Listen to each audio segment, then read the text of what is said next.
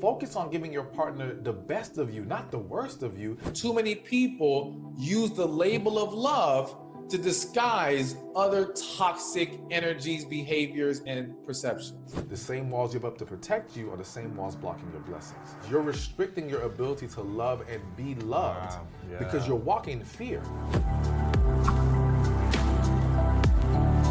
When someone meets someone new, when is the appropriate amount of time to know that this person could be one of the people that you spend the rest of your life with, a long time with? It's very instant and immediate. So Wow. here's the thing.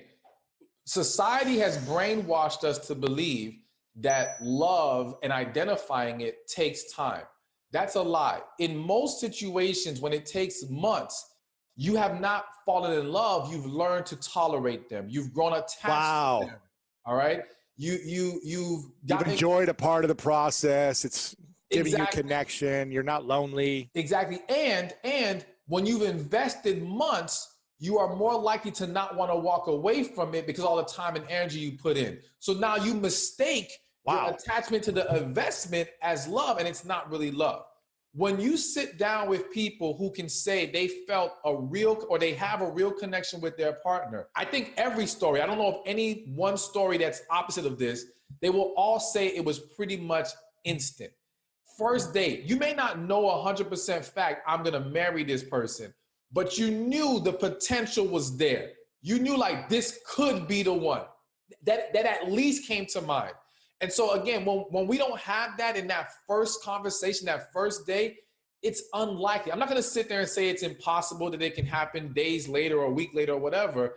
But typically, and even if you can't articulate it as you knew they could be the one, when people look back, they can tell you that they felt something very strong in that initial engagement with their partner that said they knew something was different. They may not even know what it was, but they knew, okay, this isn't normal. This isn't like the rest. Something's going on here. And then there's a full realization of this is it. What is that something that we can't understand, that feeling? What is that called? Is that just like your magnets connected to each other? Is that your energy is so attracted because there's so much opposites or it's so much similarities? What is that force that gets people to say there was something different about this person when I met them? I personally believe it's your spirit recognizing its match. Because there, if you speak to a lot of people of different religious beliefs, there's the belief that things happen in the spirit before they happen in the physical. All right. So it's almost like the spirit is ahead of us, which is why the spirit knows the truth, which is why intuition, gut instinct, third eye, whatever you want to call it, it always seems to be accurate because your spirit knows before you know. So we're feeling it within our spirit. The problem is it's getting our mind in tune with the spirit. It's allowing our heart to accept what the spirit is saying to us. But we feel it, we just don't know how to always explain it. Those who are very in tune with the spirit can recognize it much quicker and accept it for what it is much quicker because they're very in tune already. Why is it so hard for our mind and our heart to get caught up to our gut or intuition of that initial explosion of chemistry? And also, can that explosion of connection and chemistry be harmful in a different way? Okay, so one, fear. Fear is the number one reason why we struggle to accept. So one of the things I explain to a lot of women, and I have my membership group for them. So I've had this discussion where I say, listen, the difference between intuition and fear is logical deduction. So when you're trying to analyze and break things down, that's your mind, all right? And fear is coming into that because you're saying, well, I shouldn't do this because of that, or this can't be this because of that. Intuition requires no logic. Your spirit requires no logic. It simply feels, it senses, it knows. That's it. You don't have to explain it. Again, gut instinct doesn't require things to logically add up. It just tells you this is it, or something's wrong, or this is right, or whatever the case may be. So fear is the number one thing, and that fear stems from lack of healing from past relationships. We've been down this road of emotional investment. We've gotten hurt before. We've been wrong in our lives about wanting to believe someone could be it. Even though we know this feels different, we still have the fear of disappointment that creeps back in. How do we let go of that fear and not sabotage an amazing opportunity in a relationship. You got to heal from your past. There's no way around it. And this is why I say people who have not healed, they can meet their connection right now, the most amazing partner, and it will scare them to death. And they will either run, self-sabotage, something. It's going to be a problem because they have not healed. And when you have not healed, the vulnerability that's required in connection is so unlike anything else or with anyone else that if you don't have a level of confidence and, again, a foundation of healing in your life, it seems way too overwhelming and scary. So you've got to heal in order to not find yourself sabotaging, run away, and not being able to embrace that real love. What if both parties come to something and there's this explosion of chemistry or just instant, like, wow, there's something different feeling, and both have not healed their past, but they stay together, they figure it out, and they're together? Is there going to be a lot of problems and trauma and stress that comes up over the years if they both haven't healed before they get into a relationship? Or can they heal in the relationship together? It is possible. Let me backtrack a little bit. First, let me say that people have to understand there is the such thing as right person, wrong time. All right. Mm-hmm. People don't want to believe that. There are a lot of people who reject that idea. They say, oh, if it's the wrong time, it's not the right person. That's not true. You can meet that individual that you have an amazing connection with, but both parties still need growth before they can come together. All right. And so now, what happens if they come together and they haven't healed? So here's the thing. It is possible to get through that and survive and have a healthy relationship. It is unlikely for most people to survive being with someone you have a connection with and you have not healed. Again, most people won't even allow themselves to be with that person. They'll sabotage it so much. They'll dive in, but then they'll cheat, or they won't respond to the person. They'll do something, right? Yes, and speaking of cheating, they tend to have a history of going back to an ex because the ex feels safer because it's not as vulnerable over there. All right, I can maintain more emotional control. It's familiar, so it's easier. So I've seen plenty of situations where, again, the connection was so overwhelming, so they ran back to their ex. No one, they're not for the ex is not for them, and they're not for their ex. But again, it just feels safer there. So yes, a lot can go wrong if you try to be together when you have not healed and you have this connection. It would be best to acknowledge, okay, you know what? We got some work we need to do. We realize we have a connection here. Let's work on ourselves in the meantime before we take that next step. Can you heal while having sex with one or multiple partners for fun on the side? I'm not going to say it's impossible, but again, highly unlikely. Sex is such a distracting thing.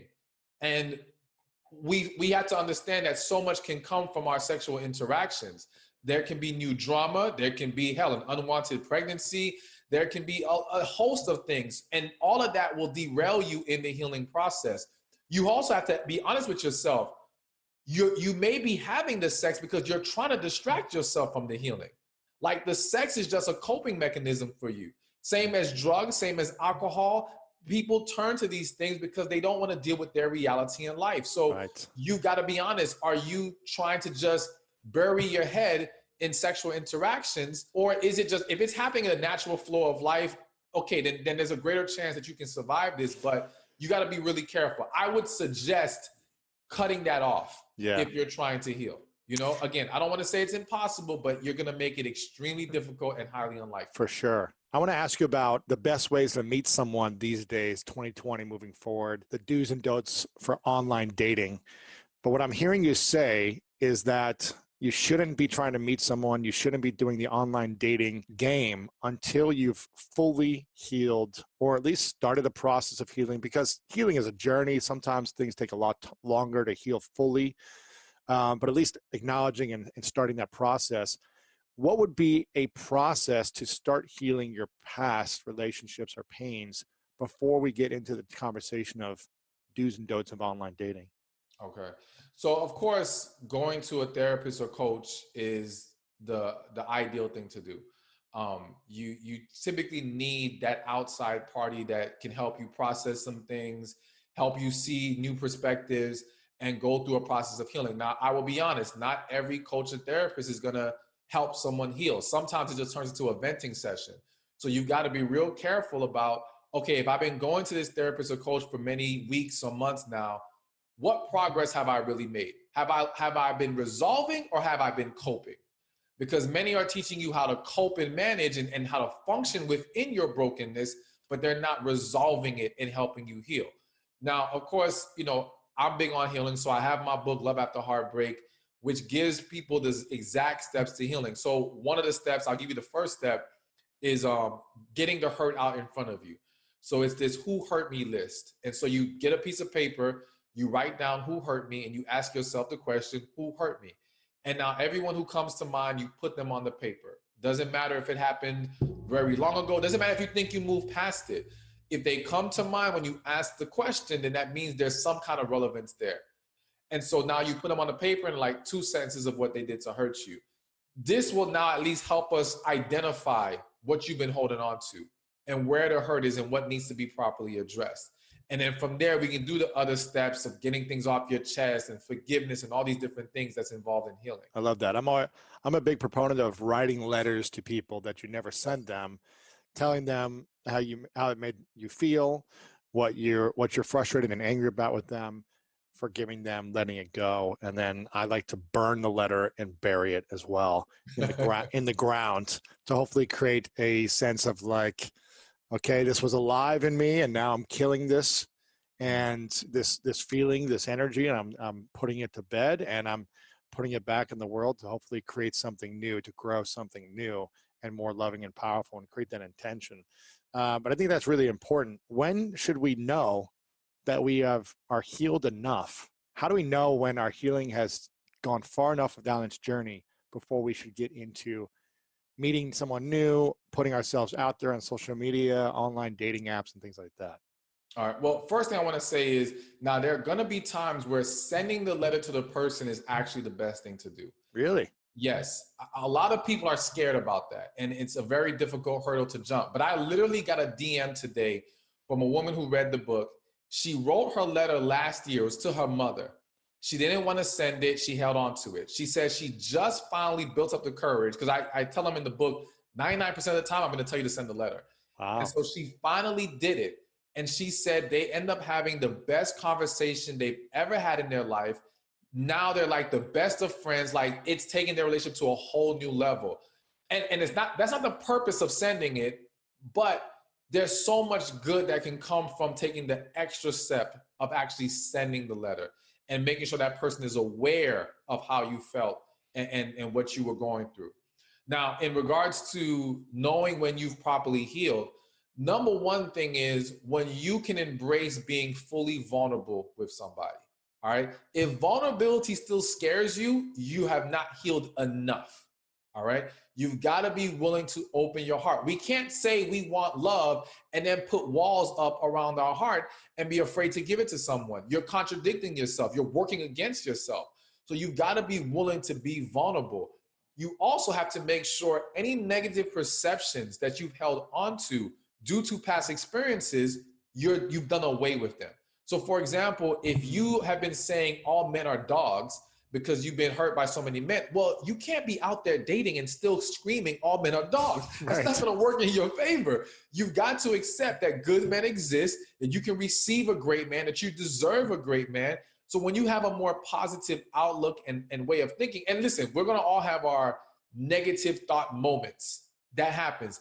But your dominant or more consistent thought pattern is positive, hopeful, and things of that nature. Now we can say you're ready to get back out there.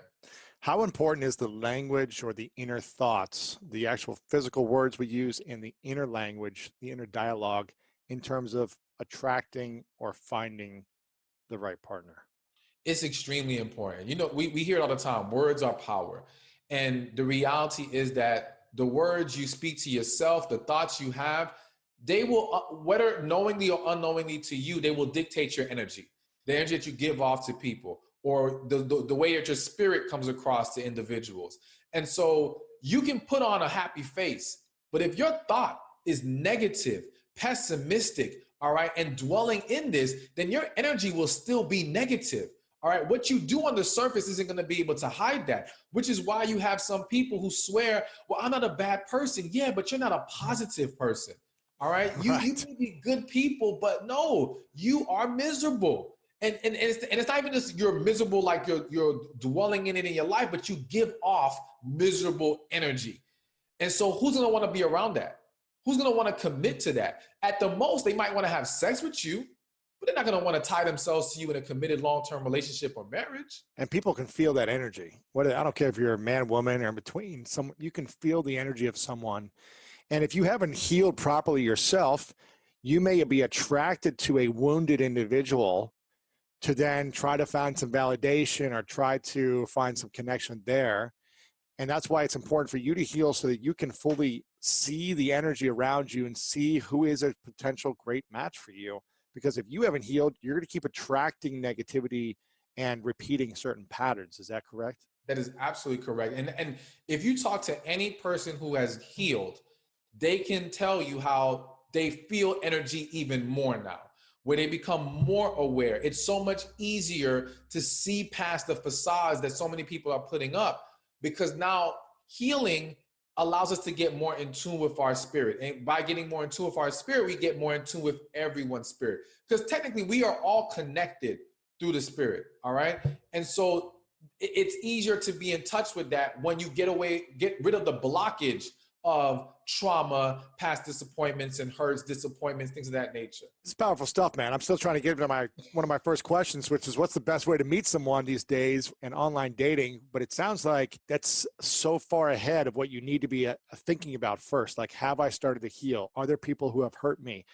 Are there people that I need to apologize to? You know, all these different things. It's almost like you got to do the work before you can start doing the work of finding someone. Absolutely. So I think it's important for us to remind people of this process first before we say, okay, you've done the work. You've started the process of healing. You feel like you can open your heart and be vulnerable to anyone, and it's not going to hurt you and cripple you.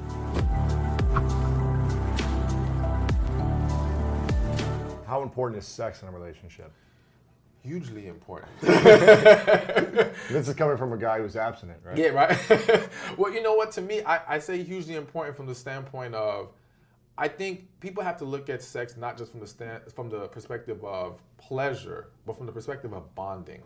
I believe it is an opportunity for two people to grow closer together. And when two people know how to truly satisfy each other, it creates an amazing bond. Deeper connection, better balance. Exactly. More attraction. Yes. And all it keeps of it going. Exactly. Because if you have two unsatisfied people sexually, you're going to have a problem. You can't find a relationship where that exists and they're all happy and everything's great. It doesn't work that way. People crave intimacy. People crave that level of bonding with each other. And yes, biologically speaking, we can talk about the needs of a man and a woman and all these things, but I think even going deeper spiritually and all that, sex is important. And we are not taking enough of a mature approach to understanding and learning sex. I think people are very much behind in their understanding of Especially in America, it's like we weren't educated. Exactly. It's a very hush-hush type of thing. It's not talked about in schools. Your parents, at least most parents, aren't talking about it. And so it's like the moment, and it's like, let me say something to just get it out and then let them figure it out. Well, and not just that, a lot of our parents don't know either. Right. Like, people just don't take time to get more educated on their bodies, on sex, on true sexual satisfaction. There's a lot of lies going on. I tell people all the time, listen, a lot of women aren't being sexually satisfied, all right? But they're lying to their friends, they're lying to their partners. Right. So there's a perception that everything is all good. No, it's not. There's a huge disconnect between the reality or the perception of women's sexual satisfaction and the reality of women's sexual satisfaction. And that contributes to a disconnect in marriages. Because again, if the woman is not satisfied, she now becomes less willing to be sexually involved with her husband. Now, he starts to gain resentment. He starts to feel neglected. Starts to wander. Exactly. Snowballs from there. We can't overlook that and act like everything's going to be fine. And we can't say, well, you should love them enough to where it doesn't matter. Listen, we're talking about maintaining a committed relationship. That's a part of it. plain and simple. And we have to learn how to make it better on both sides and how to be more honest with each other. I think if we can learn to be more honest and transparent, then we can work on the things that are lacking. Wow. But people, again, they feel very uncomfortable speaking about sex, speaking about their needs, and constructively criticizing their partners. We have to learn how to do that. Because you don't want to hurt someone, yeah. So exactly. How often should we be talking about our sexual needs in an intimate relationship? Should it be like once a month we sit down and like schedule it out? Is it like pillow talk every week? Like what should be, again, everyone's different, but what do you think is an appropriate amount of time? Yeah, I think it depends. So what jumps in my head, I would say every 3 months, if I had to put a number on it, all right? But I do think it depends on the couple. I think more so it's when an issue arises, talk about it. There you go. The key is we have to create environments where we can have those talks. See, again, we're laying the wrong foundations in our relationships to where we can't have these open discussions about sex and other things lacking in our relationship. And we're afraid to push our partners away. We're afraid to ruffle the feathers or rock the boat. But if you can't talk to them, we resent things, right? Exactly. And what happens is you hold it in, and now the negative energy comes out in other ways. And now they're confused because they're like, why are they giving me this attitude? And they're thinking, like I said earlier, he's thinking it's about the towel. No, it's not about the towel. It's really about something else that you're not telling him. So we need to be more honest and transparent, and we need to create an environment where we can have this talk and you're not going to take it personally to where you're going to internalize it or allow it to now throw our relationship off because you're getting upset and you're allowing it to, have a negative impact. No, take it as, okay, that's how you feel. Cool. Let's work on this. How can we make this better? We have to be serious about tending to the needs of our partner if we're going to have successful relationships. Yeah. There's so many divorces happening. It's higher than ever, right? Yeah. I think we had a divorce attorney on who's talking about how it's higher than ever. There's also even more people who stay married who probably should be divorced, who aren't happy. And so it sounds like there's a very small percentage of married people who've been together for many years who are actually still thriving in relationship. Maybe I'm wrong. Maybe there's more, but it sounds like it, right? There's a very small percentage that are having like these incredible long-lasting marriages and relationships that have the attraction and connection and balance and all these things. Why do you think that is, and how can we decrease the number of failed relationships? Or is that the wrong question to ask? No, I think it's a good question. I think, one, we have to understand marriage is not the issue. It's marrying the wrong person and marrying for the wrong reasons, all right? And then underlying to those things is the lack of healing. Because it's the lack of healing that leads us into these wrong relationships and allows us to entertain situations we should not entertain. Because again, for example, if you're a guy or woman, if you've been through some things and now you think you don't deserve that great person, that great relationship, because your perception of yourself is low, now you're going to just latch on to whoever comes around who says, I want to be with you and willing to give you what you want at that moment. Yeah. And you're thinking, okay, this is safe. This will work. Let me go ahead and go with it. But you're never truly into them like that. It's never going to be the relationship it needs to be. All right. But that all stemmed from your lack of self-worth because you didn't heal from whatever traumatized you emotionally before. So how do we heal first? What's that process look like? So it's a long process, and I do I have a book I'm working on right now called Finding Love After Heartbreak, and it's going to lay out the entire process. So I'll give a little bit right now, and I'll save the rest for later. Great. So one thing is first we got to get the hurt out. And so I have this exercise I do at all my events called the Who Hurt Me list. And so you get a piece of paper, It could be write like down 100 who hurt people, me. like, oh, motherfucker. It happens. Ask yourself the question, who hurt me?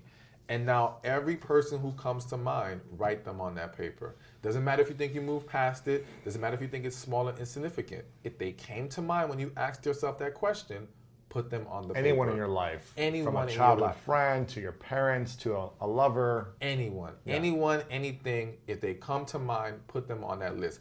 Because that's how we start to recognize the pain points in your life. Now we see, okay, this is where it's coming from. A lot of people have suppressed what has happened to them. And so you can't address and resolve something that you're not willing to accept exist in your life. And the reality is that just because it was 10 years ago, 20 years ago, it's still lingering within you. And it's causing a lot of problems. And it causes a lot of emotional stress, which then turns into physical ailments. and it just snowballs Tension, from there. anxiety, All fear, of that. all Yes, these things. depression. Yeah. All right. A lot of these things that we go through in mental health stems from things that we have not resolved from our past. All right. And it's just all contributing to the issues that we're experiencing in the now. Right. And some of us, we may not be experiencing the issues right now, but we will. It's coming.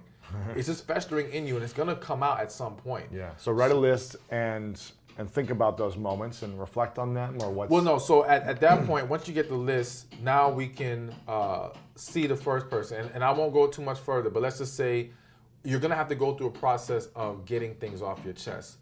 We have not released these things from our spirit, from our system, and we need to essentially emotionally detox. And to do that, you've got to get it out. So whether you speak into a recorder, write a letter, something, and like I said, Scream into a pillow, right? yeah, but I do want like a full release. Again, we don't fully release. Would you release each person or just everyone at one time? So I would say this: you want to start with, let's say, your top 3. Now I've had clients where they did their top 3, and that kind of, once they got through those, they were able to process everyone differently to where it wasn't necessary to do everyone else. All right. Now, if you have 10 significant experiences and 10 significant different people that need to be addressed, yes, you may have to release with 10 different people. So it depends on the person. And that's why something like this requires a more in-depth process. We got to talk about things. We got to understand what about it did you internalize, how you're seeing it, because some of it is changing your mindset, changing your perception of what happened, understanding that it wasn't about you. Like we said earlier, hurt people. And so once you understand that, and understand how they behave and why they behave the way they do, it changes how you look at things and how you internalize those situations. So there's so much more we got to get into, but just getting at least that list started will yes, because now you at least get to see, okay, here's where it is. Here's what needs to be addressed. Now let me get help to address these things and start the process of healing so that I'm not ending up in more bad situations or bad relationships. Repeating the process. Exactly. Let's say you've dealt with the hurt and it takes the time that it takes you and you've gone through all that. How do you manifest and attract a partner that you want to be with that has those 3 keys, the connection, the attraction, and the balance, that you feel like is the one, could be one of the ones? How do you set yourself up to attract that incredible partner? So one, you got to be yourself. So finding yourself is number one. All right. You can't connect with someone if they're connecting with the fake you. All right. Yeah. That's a false connection. So you have to discover who you are, become confident in that, stand strong in it. Now, who is drawn to that person, you know it's real. All right. And so that's where we begin. 2, you need to exude positive energy. All right.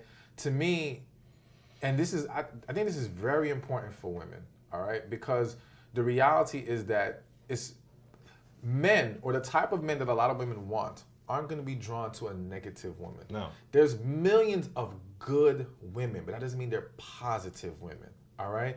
And it's that lack of positive energy that holds them back more than they realize. Really? Yes. And just like even just saying negative things throughout the day. They might be a good person, but if they're always complaining or negative. Exactly. And not even just what they say. Again, it's how they're coming off.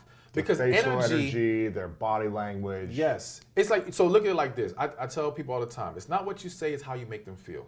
All right? So you can say all the wonderful things you want, but if in your presence they don't feel at ease, they don't feel peace, they don't feel that positivity, that's still going to throw everything off. If you say nice things, but you have a frown, exactly. It's like, what's the point? Exactly. You know what I mean? Yeah. Exactly. And what a lot of women aren't realizing is that their energy is off because they have walls up.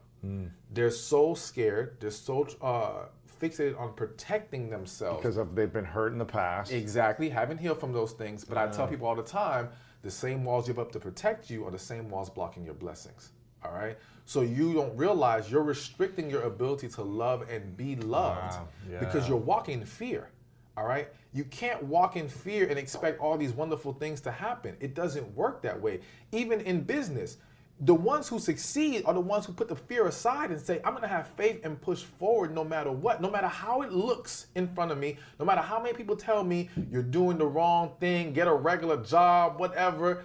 No, you believe what you need to do and you push forward past that fear. It's the same thing with relationships. You have to push forward in faith, not fear, if you want to receive that great relationship. And so, yes, this can happen with men as well. I don't want men thinking they can carry around a bunch of negative energy and they're going to get a great relationship. But I do think it shoots women in the foot more, because here's the other thing that people don't talk about a lot, and some people may not like this, but I'm just going to keep it real. Yeah, for sure. It pulls women away from their feminine energy. And when they're not positive. When they're not positive. And when they're holding on to these fears and have these walls up. And it's the feminine energy that makes the woman so powerful. That's the tool that is at her disposal that can make the world her oyster. All right? But women have become very detached from their femininity. And the thing is this, a lot of women will say they're not feminine. They're just not that way. I dispute that in most situations. No, you become detached from it. You become uncomfortable with it due to, again, a lack of healing and due to experiences in your life. Now, if you are more masculine, so to speak, and you are happy that way, then by all means, continue to live your life as you are. But if you're not seeing things work for the way that you want them to, and you're in that energy, that more masculine energy, or more further away from your feminine, then consider making a switch. Consider at least trying it.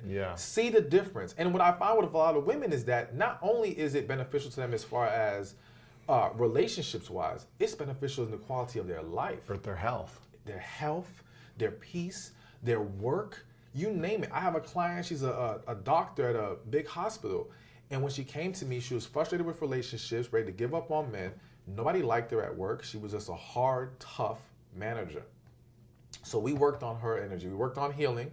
We got her energy. We got her to embrace more feminine energy. She will swear by it right now. In 1 month, her whole hospital started to love her. Wow. Now they're all helpful, whether they were women or men. Men started coming out the woodworks, all right? Hey, let me get your number, girl. Let me get at you, girl. Yeah. She ended up meeting her soon-to-be fiance on an airplane 2 months after we started doing the coaching. So what were the shifts that she made every single day? Like, what was the things that she said, okay, I'm going to not be this way, I'm going to start trying this? It was one, being more conscious of your energy. I think number one, we have to be mindful of the energy we're giving off. We become so distracted by our issues that we're facing in the world, by our responsibilities. We're not always in tune with what we're giving off. So to give an example, and this is just a small one, even for me as a man, I work out a lot. When I come out the gym, I started to notice I'm very tense. My face is, hard. Yeah. Exactly. So I've learned to, when I walk out the gym, take a deep breath, relax the body, relax the muscles, and the energy completely changes. All right? Because yes, you can become very intimidating as a man, just like you can become very intimidating as a woman. And so you have to be mindful of, are you making yourself more approachable? Are you allowing people to feel more comfortable being around you? And so that starts with being mindful of it, being conscious of it. And one great way to do that is get an accountability partner. All right? Absolutely. Tell someone who has the ability to be positive, because you don't want to pick a negative person to be your accountability partner. It's going to throw everything off. But you pick a positive person and you say, hey, listen, whenever I'm being negative, whenever I'm giving that bad energy, let me know. Because now when they tell you, you won't always realize when you're doing it, at least not at first. But once they start calling you out, now you become more mindful of it. Now you can take hold of it and control it, and now you master what energy you're giving off at certain times. And that changes everything.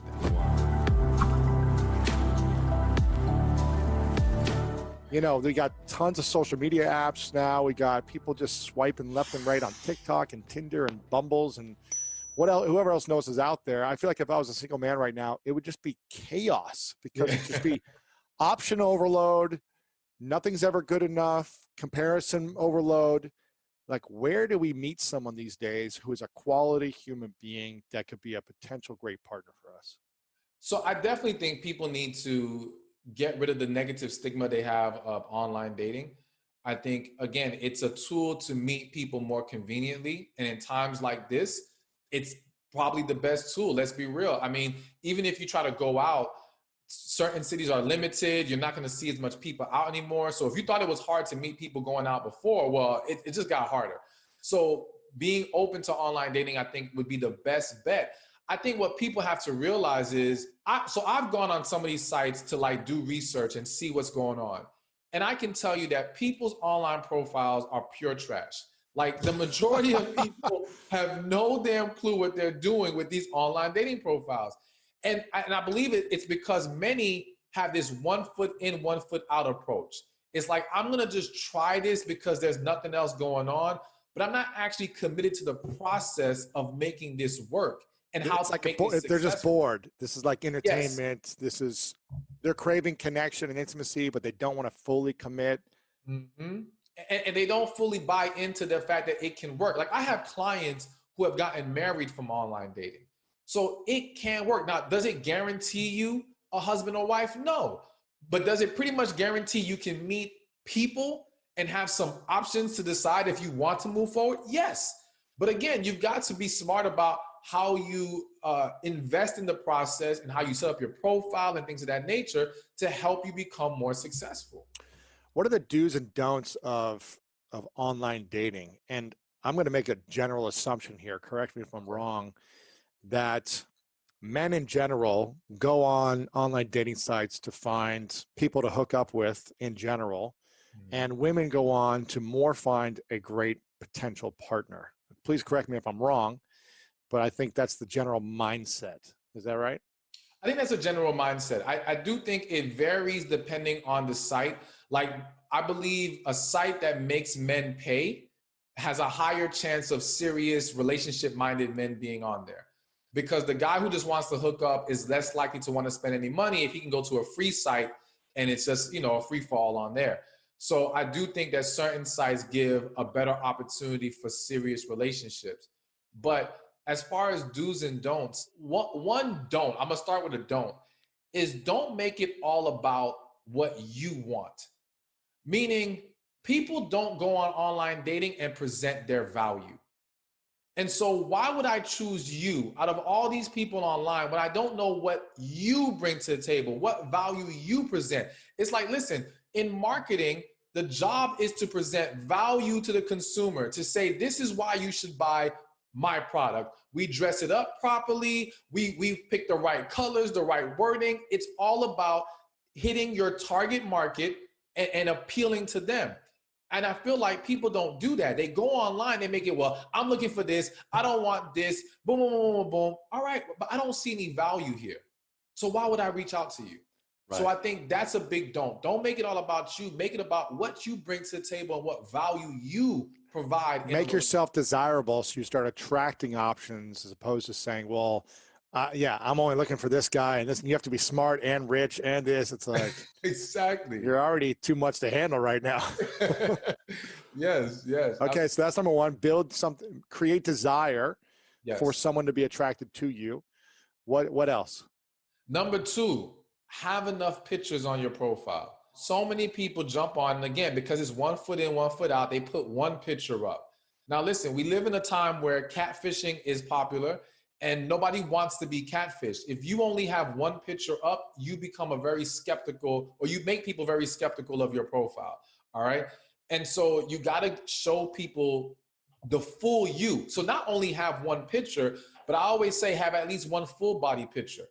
Let people know what they're getting into, because the last thing you want is to have these beautiful headshots, all right?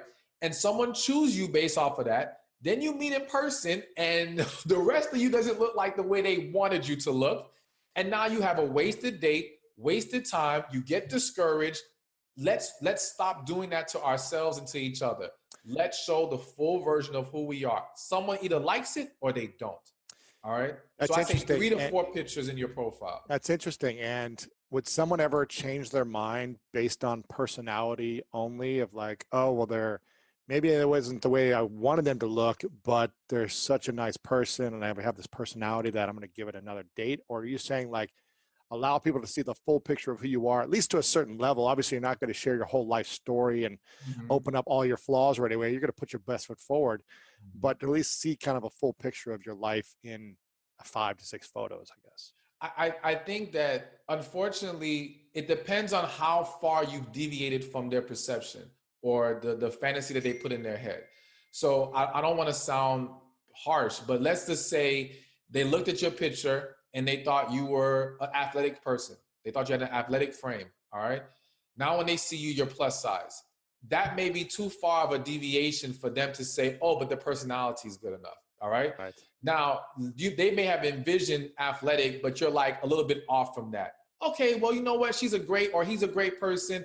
I can work with this. That's not going to push them too far to the left. You know what I'm saying? Right. So it really depends on how far you've deviated. And that's why the pictures helps eliminate that issue. We don't need the guessing game. We don't need people feeling some kind of way once they finally see you. Don't use old pictures from 10 years ago if they don't represent how you currently look. You want to show your true self now and let them decide if they want to step into this or not. Is there another do or don't? Do not come off negative in your profile. So it kind of goes back to the whole saying what you want or making it all about you. Many people, and I have to say this happens a lot with women, they come off like, well, if you're this, don't reach out to me, or I don't want this. And the tone is very negative, all right? Like, I'm not here to play games. Okay, cool. That's not gonna get you anywhere. That just makes you come off as difficult, all right? So you wanna come off with a more positive, inviting tone. You wanna be very mindful of your delivery in your bio, in your message, or your headline, or whatever. All that negative stuff, especially for women, is not going to get you far if you're looking for a serious relationship. Again, men will bypass the negative energy if they just want sex and you look good to them. But they're not going to bypass that to make you their woman and to commit to you or marry you. Right. That's powerful for women to know for sure. And do you think women can make the first move and it could work out long term? Absolutely. I honestly think when it comes to online dating, they should. My logic is this. As a woman, you jump on online dating. Let's say you're an attractive woman. You put up your profile, and now in a couple of days, it's a sea of garbage that comes your way, all right? And you got to fish through the sea of garbage to find your diamond in the rough. And through that process, it can be very exhausting. You can find yourself feeling like this is pointless, and now you get off the platform. However, you should go and find the men you want to put yourself in front of. All right, making it easier for you to get candidates you actually would like. And for women, we don't require much. You can just say hello. All right, right. Or a smiley face or whatever. Yeah, an emoji. You can send a blank damn message. All right, if we are attracted to you and we find interest, we will respond. Like, did you mean to say that to me? Like, we're gonna look into it. So to me, it would be best and most beneficial for women to just send out, again, just simple messages to the men that actually catch their interest. Right. And then see if they're interested in return. Yeah. Exactly. My friend Matthew Hussey, I think he calls this in person like the handkerchief technique, where he's like, listen, women, look them in the eyes from across the restaurant or at the grocery store, like look a man in his eyes or connect with him in a flirtatious way, a little bit subtle little way. Or, back in the olden days, they would drop a handkerchief as they walked by a man to see if they would pick it up and bring it to them. So it's like, allow a man to be interested in connecting with you, because it takes a lot of courage, even if you're online, to put yourself out there to someone you're attracted to. It's easier to obviously just message someone online and not be rejected and feel so sad than it is in person. But it's still, you've got to put some energy out there for the guys that you're interested in for sure, and see which ones are like, you got to take a nibble, Exactly. come on the hook. So that's it. I love that, man. What's the best opening line for a man or woman in online dating to reach out to someone, to pique interest and see if it's a potential for something? Okay. For men, what you want to do is you want your opening line to reference something she's written in her profile, which shows you actually took time to read her profile. You care. So, you researched. Exactly. And it automatically separates yourself, because let's face it, a woman on there might be getting tons of hellos. You look amazing. You look great. Blah, blah, blah. She's heard that a million times. But let's just say she just got her degree in, I don't know, in IT. All right. And now you say, oh, hey, what do you like about IT? Oh, I don't know. You just make some kind of reference to it. It just shows that you took more time to actually learn. You come across much more genuine, and the message is immediately different from the typical man who reaches out to her. So I think that's the best approach for men to take. And it also allows for a natural conversation to flow. Because, when you're starting with the whole hello, where are you from? It's like, exactly. But when you have pick a topic using her profile to start it off, you got something that you can get rolling from there, and then you can get into all the other stuff. And people always appreciate someone who takes the time to research. People always appreciate a different approach, a different angle, like a uniqueness to something about you. But if you're always the same as everyone else, of like, hey there, cutie, or whatever it is, you're going to get the same type of results. But when you are a little different, they're going to say, something's different about that person. Let me keep talking. Absolutely. Absolutely. And for women? For women, I really just feel like saying hello is all they need. They don't have to say much. Because let's be real, like the man is either going to be interested in you because he likes what he sees and he likes your profile. Like a special line for a woman doesn't really separate them, so to speak. She could try to be funny and humorous. She could try to do the same thing that I said to men. But I think at the end of the day, it really boils down to, okay, if he likes what he sees and he likes what's on the profile, a simple hello, an emoji, whatever, is going to do the trick. Because a man's either going to respond and dive in, or he's going to say, okay, hi, and that's it, and not get back quickly or whatever it is. So you're going to know quickly within 24 hours if a guy's interested in you as well or not. I always say there are some men who are still very shy and socially awkward, even when it comes to online dating. And so there may be a struggle with how they communicate. But I do think that at the very least, they're going to respond. All right? They're going to respond. And from there, a conversation can be had. And I do think within the first few responses, we're going to get an idea of, okay, this guy does have some kind of interest. When someone feels like they found the one, and I've heard this a lot, like, I know this is the one, or I thought they were the one, and then it didn't end up working out. And they want to get married. They've decided marriage is for them. They want to be life partners.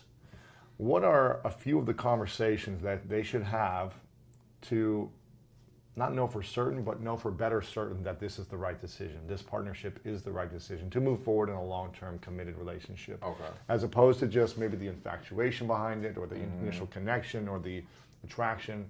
What are a few questions they should be asking each other that maybe they haven't asked yet to know whether or not they're setting themselves up for that successful long-term relationship? Okay. Number one, how do you envision your role in a marriage? All right. People don't go in finding out what the expectations are before they get married. They have this assumption that we're just going to transition from how we are in a relationship to being that way in the marriage. No. Because a lot of times things change. And the level of expectation raises now in marriage. You also have some people who may think, for example, you may have a man out there who thinks, okay, my job is to court you when we're boyfriend and girlfriend. But when we're married. When we're married, I don't got to do all that work anymore. Now I'm your husband. I've given you the ring. Satisfy me, make me happy. You got to find that out. Because you're setting yourself up for failure if you don't realize he thinks he gets to take time off now that he's married you. Or he may think, as long as I'm paying these bills, don't ask me for anything else. You got to find out. So we need to ask, what do you perceive? She should be asking that. Yeah, both of them should be asking. How do you perceive your role in marriage? What are your expectations from me in marriage? Let's find out what we need, what we're expecting from each other. Number two,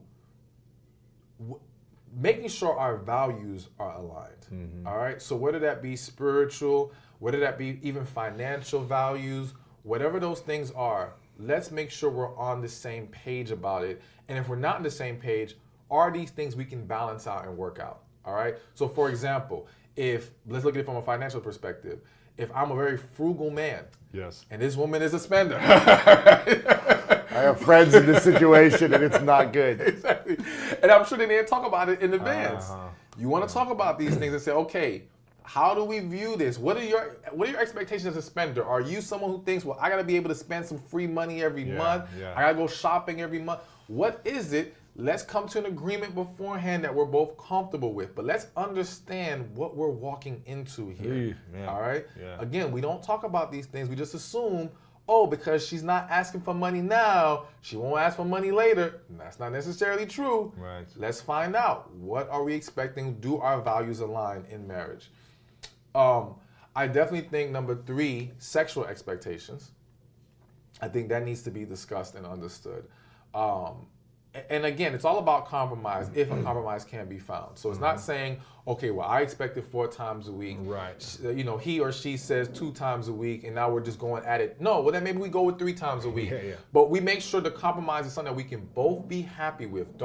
When you compromise on something that you're not going to be happy about, you're not compromising, you're sacrificing. And those sacrifices can be good in some instances, not when it's very important to you or it's going to be important enough that it would cause you to wander if you're not getting it. Never sacrifice something that's going to make you want to look at someone else in your marriage. All right? So if you need 3 times a week to be happy and satisfied, make that very clear. Don't agree to 2. And then now, wander, exactly. And now you're entertaining other people because you never set that expectation.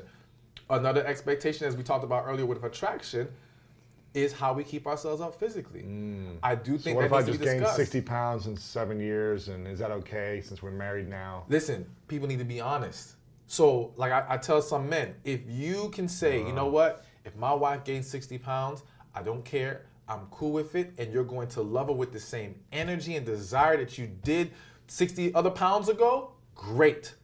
But if you can't maintain that desire, that passion, 60 pounds later, you need to make that known now. Wow. You can't be afraid and say, well, that sounds too shallow. Oh, so would we rather be shallow now or have a disastrous relationship later? Have you cheating on your partner because you weren't willing to be honest in the beginning? All right? Same, and women too, because an epidemic that's happening is women are less honest about their attraction needs, so to speak. All right? Really? So whenever we talk about attraction, letting yourself go, I think people automatically think of the woman letting themselves go. But a lot of men have let themselves go and have fallen far from what he looked like when they first got married. But she's not always being as honest and straightforward about that. One reason may be because she doesn't want the pressure on her. So that's one issue right there. Or she may be afraid of his ego and think it's too fragile. Exactly. And doesn't want to say anything. But again, if you can't maintain the same passion and desire with that fall off, you got to be honest about that. So he understands, because what happens is this. So let's just use this example. He lets himself go. The sex falls off, all right? And the sex is falling off because she's not as attracted to him anymore. Yeah. But she's not being honest about it. Now, when she does say anything about whether it's his weight or whatever the case may be, he's going to think you're just making excuses. You're just trying to give a reason not to have sex, rather than embracing it as this is the reality of what's holding us back. However, if we had this conversation from the jump and you were honest about it, then I always knew this would be an issue. Now when you bring it back up, it's going to be like, yeah, you did tell me that this happened. So now it's going to be easier for me to embrace that and actually do something about it. And have the recognition and awareness about it because you'd already talked about it. Exactly. Now you do a lot of these events and workshops for hundreds of women at a time. Are women opening up in these experiences when you're connecting with them and saying, yes, I do lose the attraction, like appearances are important to me, or is it not as important? And from the events that you've done with the women you've talked to, what is the feedback on appearance and looks? So I will say this, when it comes to appearance, looks, and sex, women aren't as vocal and transparent in a group of people. Really? Yes. But one-on-one with you? One-on-one, different story. So same thing like using the sex example. If I ask a group of women, are you getting orgasms regularly? There's going to be women in there who lie because they don't want to feel inadequate. They don't want to be the woman who doesn't raise their hand and say, yes, I'm getting it good. So they're going to be hesitant or not know how to answer it. But if I ask in private, now I'm going to get the real truth. Yes. And now she's going to be very clear about loss of attraction, lack of sexual satisfaction, and all these things. So that's why people have to be careful, because I think sometimes we're assuming these issues don't really exist because we're not hearing it in that group setting. Don't be fooled. Some women they feel more comfortable privately expressing those things. And I've heard it enough times to know this is real. And again, you just have to, even if you haven't heard it enough times, pay attention. There's a reason why we're seeing people fall off in marriage. There's a reason why we're seeing this disconnect. And even when it comes to infidelity, there's a great focus on men who've cheated, but there's a lot of women who've cheated. A lot of women. And it's not always for emotional reasons. It's for sexual ones too. So again, my thing is not to sit here and say, well, it's about who does work. It's about, okay, how do we fix this? How do we make this better? And we have to accept that, yes, there are contributing factors to why we see failed marriages, why we see infidelity, why we see disconnects in our relationships. Let's address the underlying issues and be honest about it so we can get this on the right track. Wow. Are there any relationships that you're aware of that have open relationships that are successful? Or do you think it's very hard to do? Because more and more with the Burning Man scene and all these people exploring these things, what's your thoughts on, open relationships or, being together but also having multiple partners? So I'm gonna be honest. I'm very skeptical of open relationships. Now, I don't want to sit here and say it's impossible for it to be successful because I haven't met everybody and I haven't studied it enough, but I have studied it to a certain extent. And from what I have found is, again, a lot of open relationships stem from, one, the perception that one person can't fulfill me. And since one person can't fulfill me, why not have more than one, all right? And to me, find the person who's experienced that deep and genuine connection, they don't have that perception. Because they had a moment in their life where they met someone that they thought, this could be it. Wow. I could put my all into this and I would be happy with this one person. If you haven't experienced that connection, of course, there's a natural progression to thinking, well, maybe it's not gonna work with just one. Can I entertain multiple if I can even handle multiple? The other thing is, I do think it also stems from a lack of successful monogamy. And when I say a lack of successful monogamy, I don't necessarily mean that they weren't able to maintain monogamy. It's like, okay, if I get in this monogamous relationship and now I get cheated on, or I've had multiple relationships where I've been cheated on, I may start to think, what's the point of trying to be monogamous? Right. It's not going to work anyways. Exactly. Why not just get an open relationship, which one allows me to not be so vulnerable to one person. Right. I now have more emotional control. And what you'll find in a lot of situations is there's still somebody running that show. And what I mean by that is, one of the people are running the show. Exactly. And they're running it in a way that it's protecting them. All right. So I met a woman one time, she was into polyamory, and she said, well, her ideal polyamorous relationship was a man and a woman, but they're not allowed to have other people. All right. So it's like you're trying to control this environment for your sake. Right. All right. For your protection. So that means there's something deeper going on here. So to me, I just tell people when it comes to open relationships, if you really believe that's your thing, fine. I'm not here to tell people that they can't live their life that way. But I just want you to make sure you've healed from everything first. If you heal from everything and you still feel like this is for you, do your thing. Do your thing. But you might be surprised what's going to happen when you uncover and address some of these past traumas and issues. You may not be so inclined to want to be in this open relationship anymore. Right. And again, I would still argue that if you meet that person you have that amazing connection with, it changes the game. Right. And it can completely throw you for a loop. Because I've seen people who were once into open relationships and completely shift to monogamy because they met that person. It was like, I never thought this could happen, but it's here and I want it. I'm going for it. Wow. That's powerful insight. What about in a relationship that's you've been together for a long time, we've been married together for a long time, and it just feels like it's not working. And you're talking about divorce, and both of you aren't happy. You've got the kids, you've got the home, you've got the lives together, and both of you aren't happy, right? And you've like addressed this and talked about it. You've tried different things, they haven't worked maybe. Is there a way to rekindle those three things and find that connection again? Maybe you've lost that attraction and that balance. Is that even possible in these times? Or is divorce the only way to then go find true happiness or connection somewhere else? If a true connection ever existed in that relationship, then it can be fixed. But that's the key. Did it ever really exist? And we've got to examine that because again, many people have been living off the fantasy of their perception of things, what they wanted to believe it was, and wanting to hold on to this feeling of being in love, when in reality they were involved in an unhealthy attachment to this individual. So we have to go deeper and find out, is that there? So if the connection was there, yes, we can work on everything else. We can get things on track. It's going to create a lot of deeper emotional discovery, so to speak, as far as finding out, okay, why is there a disconnect now? How did we fall off of track?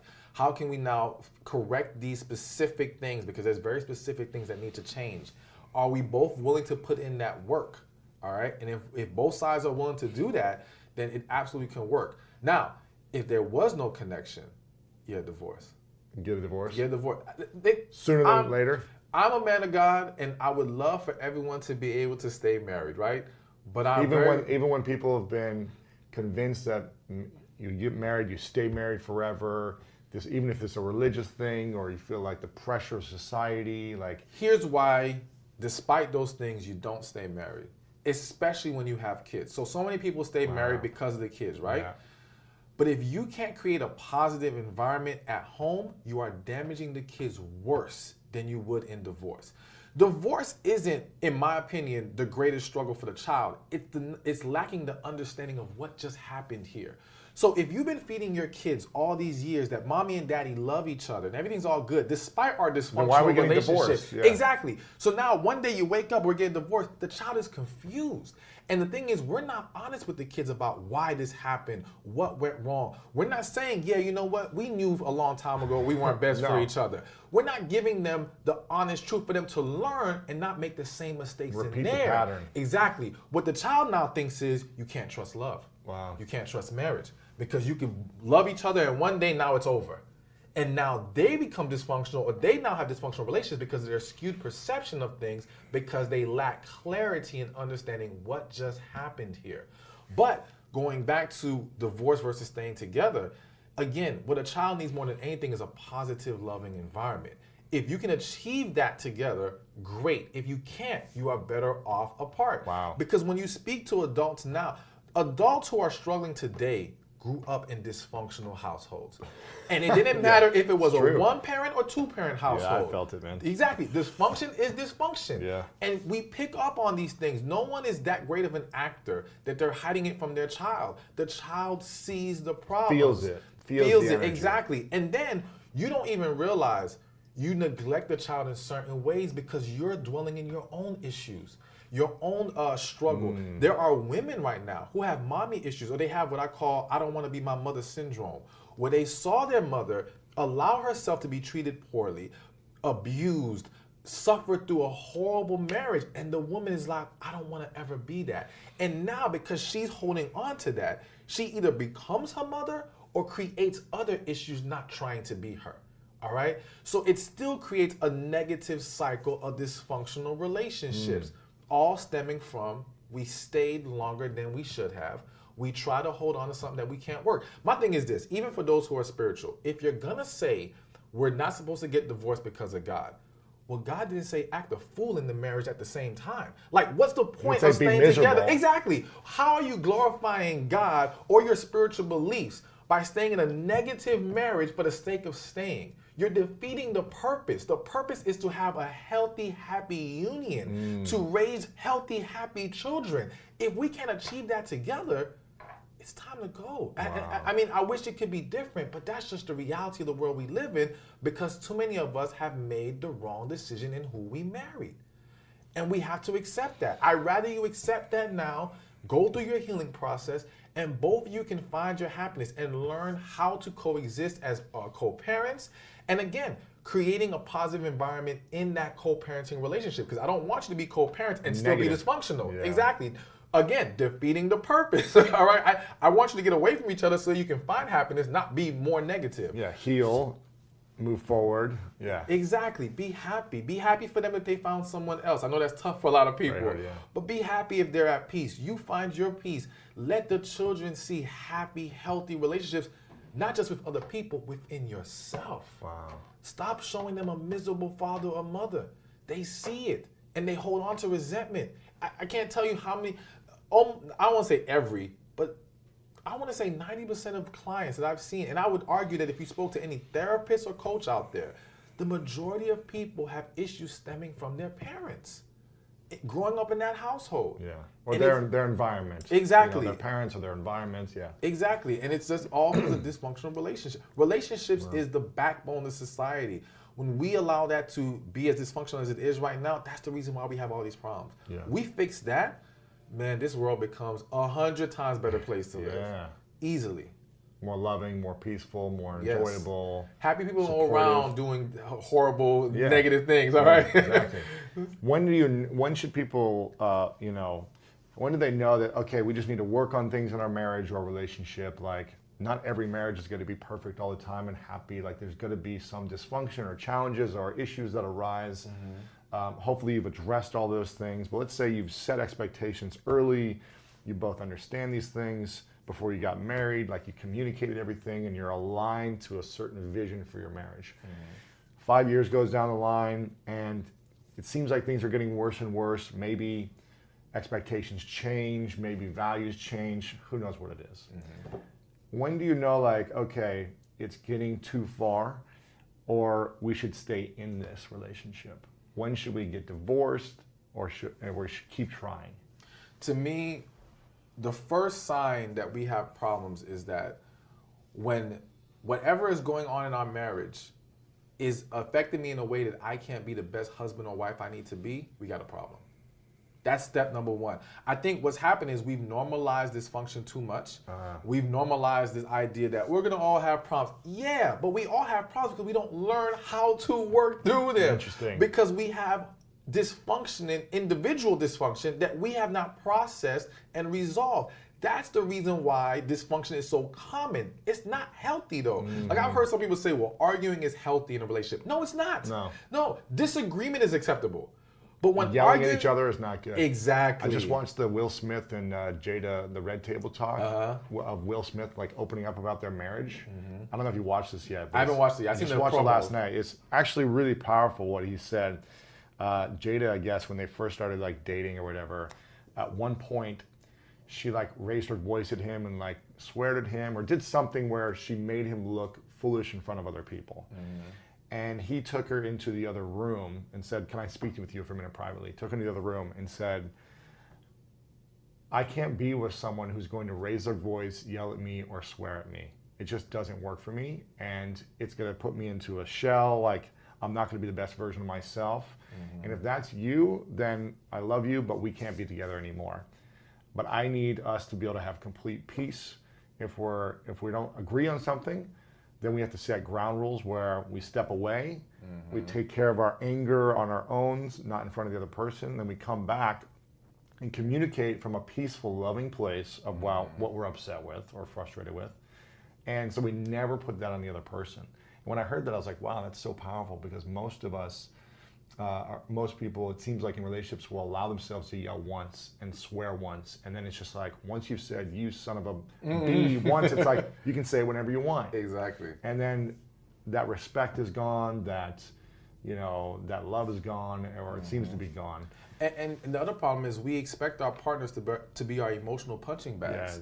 Yeah, We think, well, because you love us, you should deal with our crazy moment, our dysfunction, our disrespect, all these things, because, okay, but we show you love in other moments, so don't blame me for this one. No, like, focus on giving your partner the best of you, not the worst of you. Yes, they should help you through your struggle, but struggle is not an excuse to blatantly disrespect, stress out, throw negativity at your partner.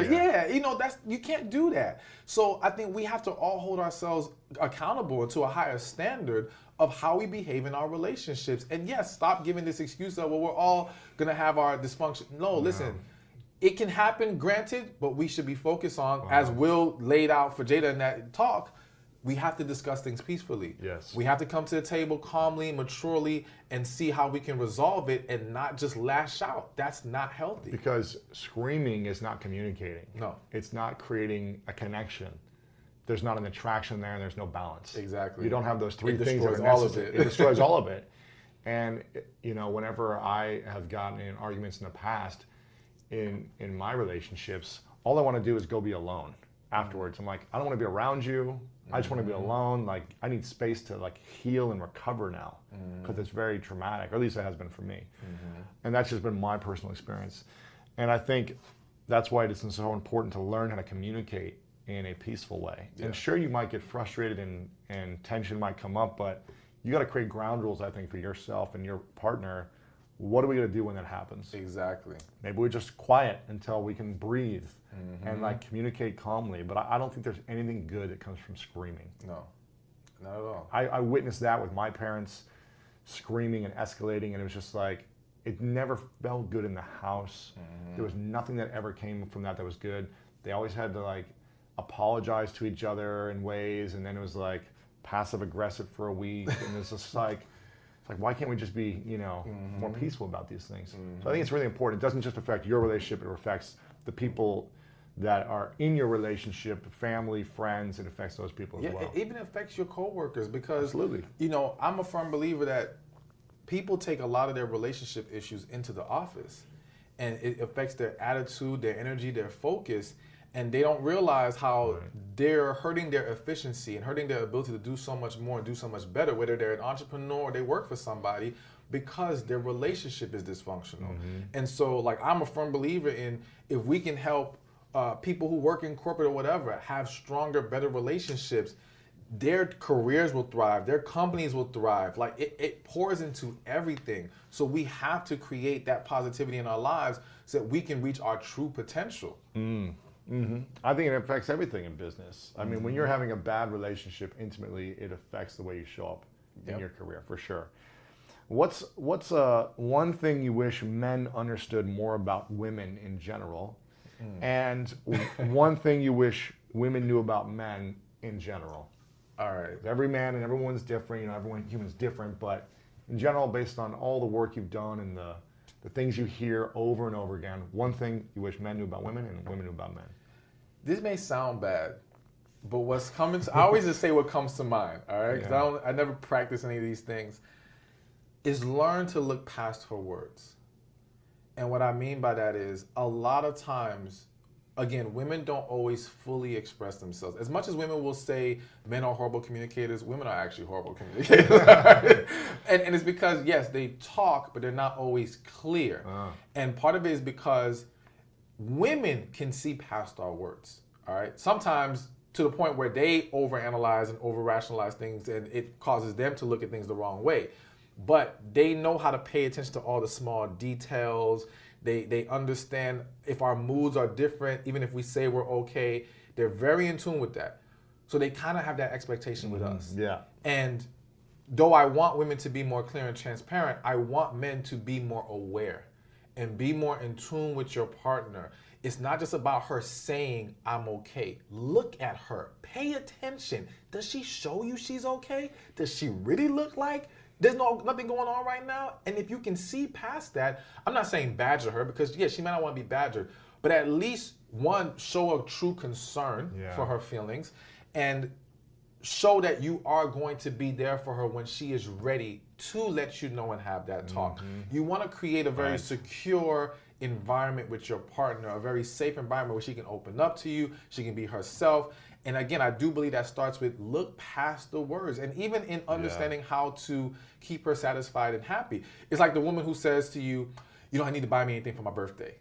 All right? Yeah, right. Yeah. Exactly. Don't listen to her words. Exactly. Look past that. And even if you think she's telling the truth, you know what? There's nothing wrong with still doing a little special something for her.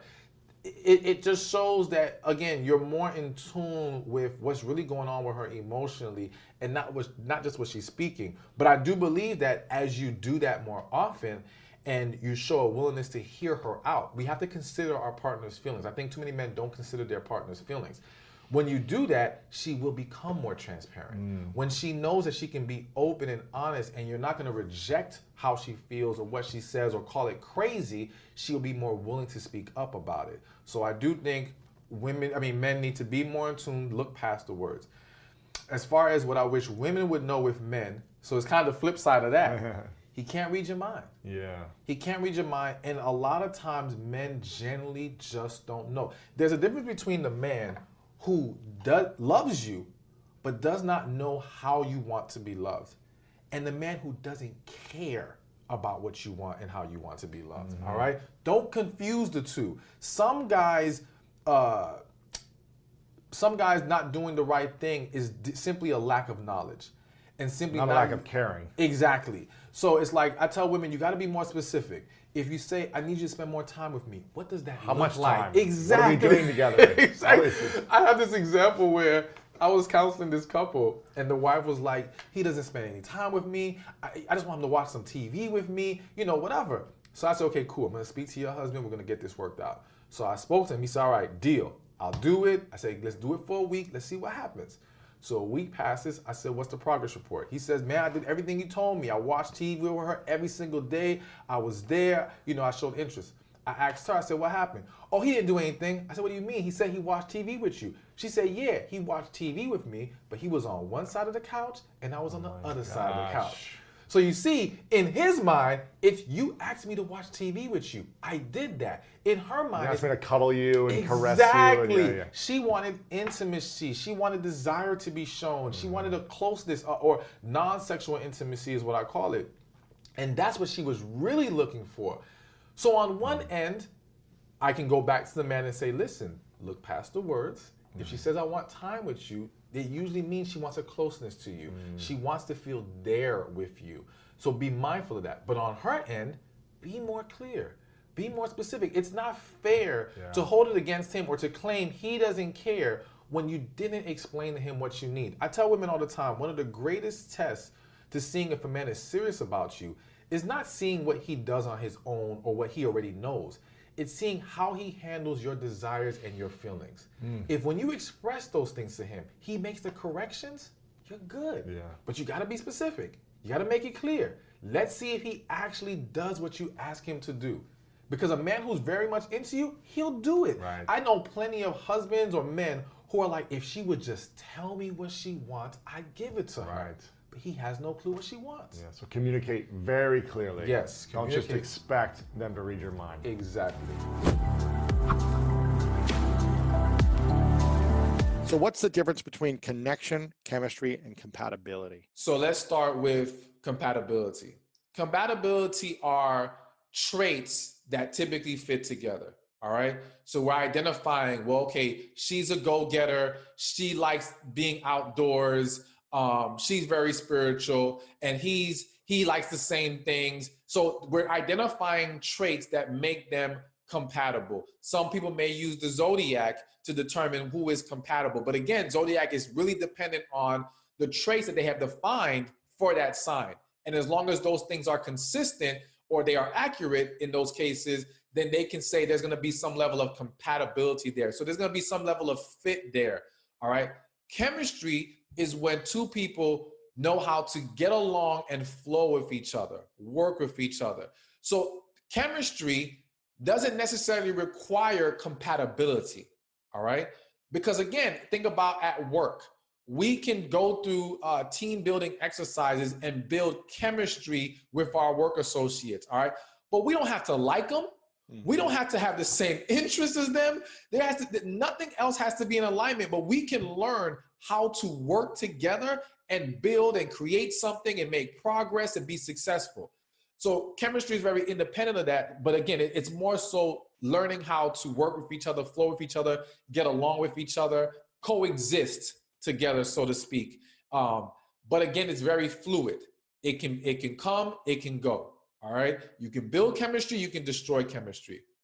Connection is, again, with connection, you will have chemistry.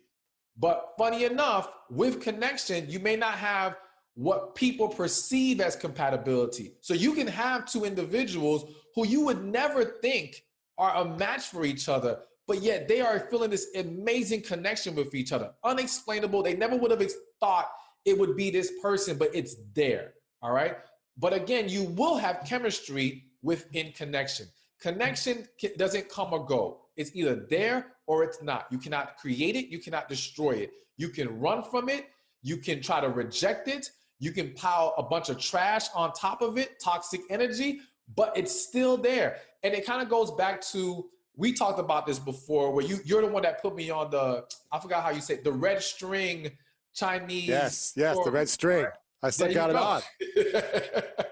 Exactly. And so no matter where you go in the world, no matter what you do, you'll feel connection. Exactly. And that's why people with connection, could fall apart tomorrow, meet back up 10 years later, and it's like they never stopped talking. The connection is always there. So that's why it's the strongest and most important of those three. Is it fair to say that you need all three to have the most fulfilling type of relationship? And if you're missing compatibility, there will always be some type of stress? No, I think you need chemistry and connection. And again, if you have connection, you will have the chemistry. The reason why I say you don't need compatibility is because, again, what people perceive as compatible doesn't always align with what actually allows two people to be connected and bond and all these wonderful things. So because of that, I would say compatibility, due to society's perception of it, is not necessary. It's the least needed thing. Yes. But so you shouldn't be coming into a relationship saying, wow, we're very compatible people. We like the same things. We come from the same background. We live in the same city. Our families live nearby. This makes sense. We should try this thing because look at how compatible we are.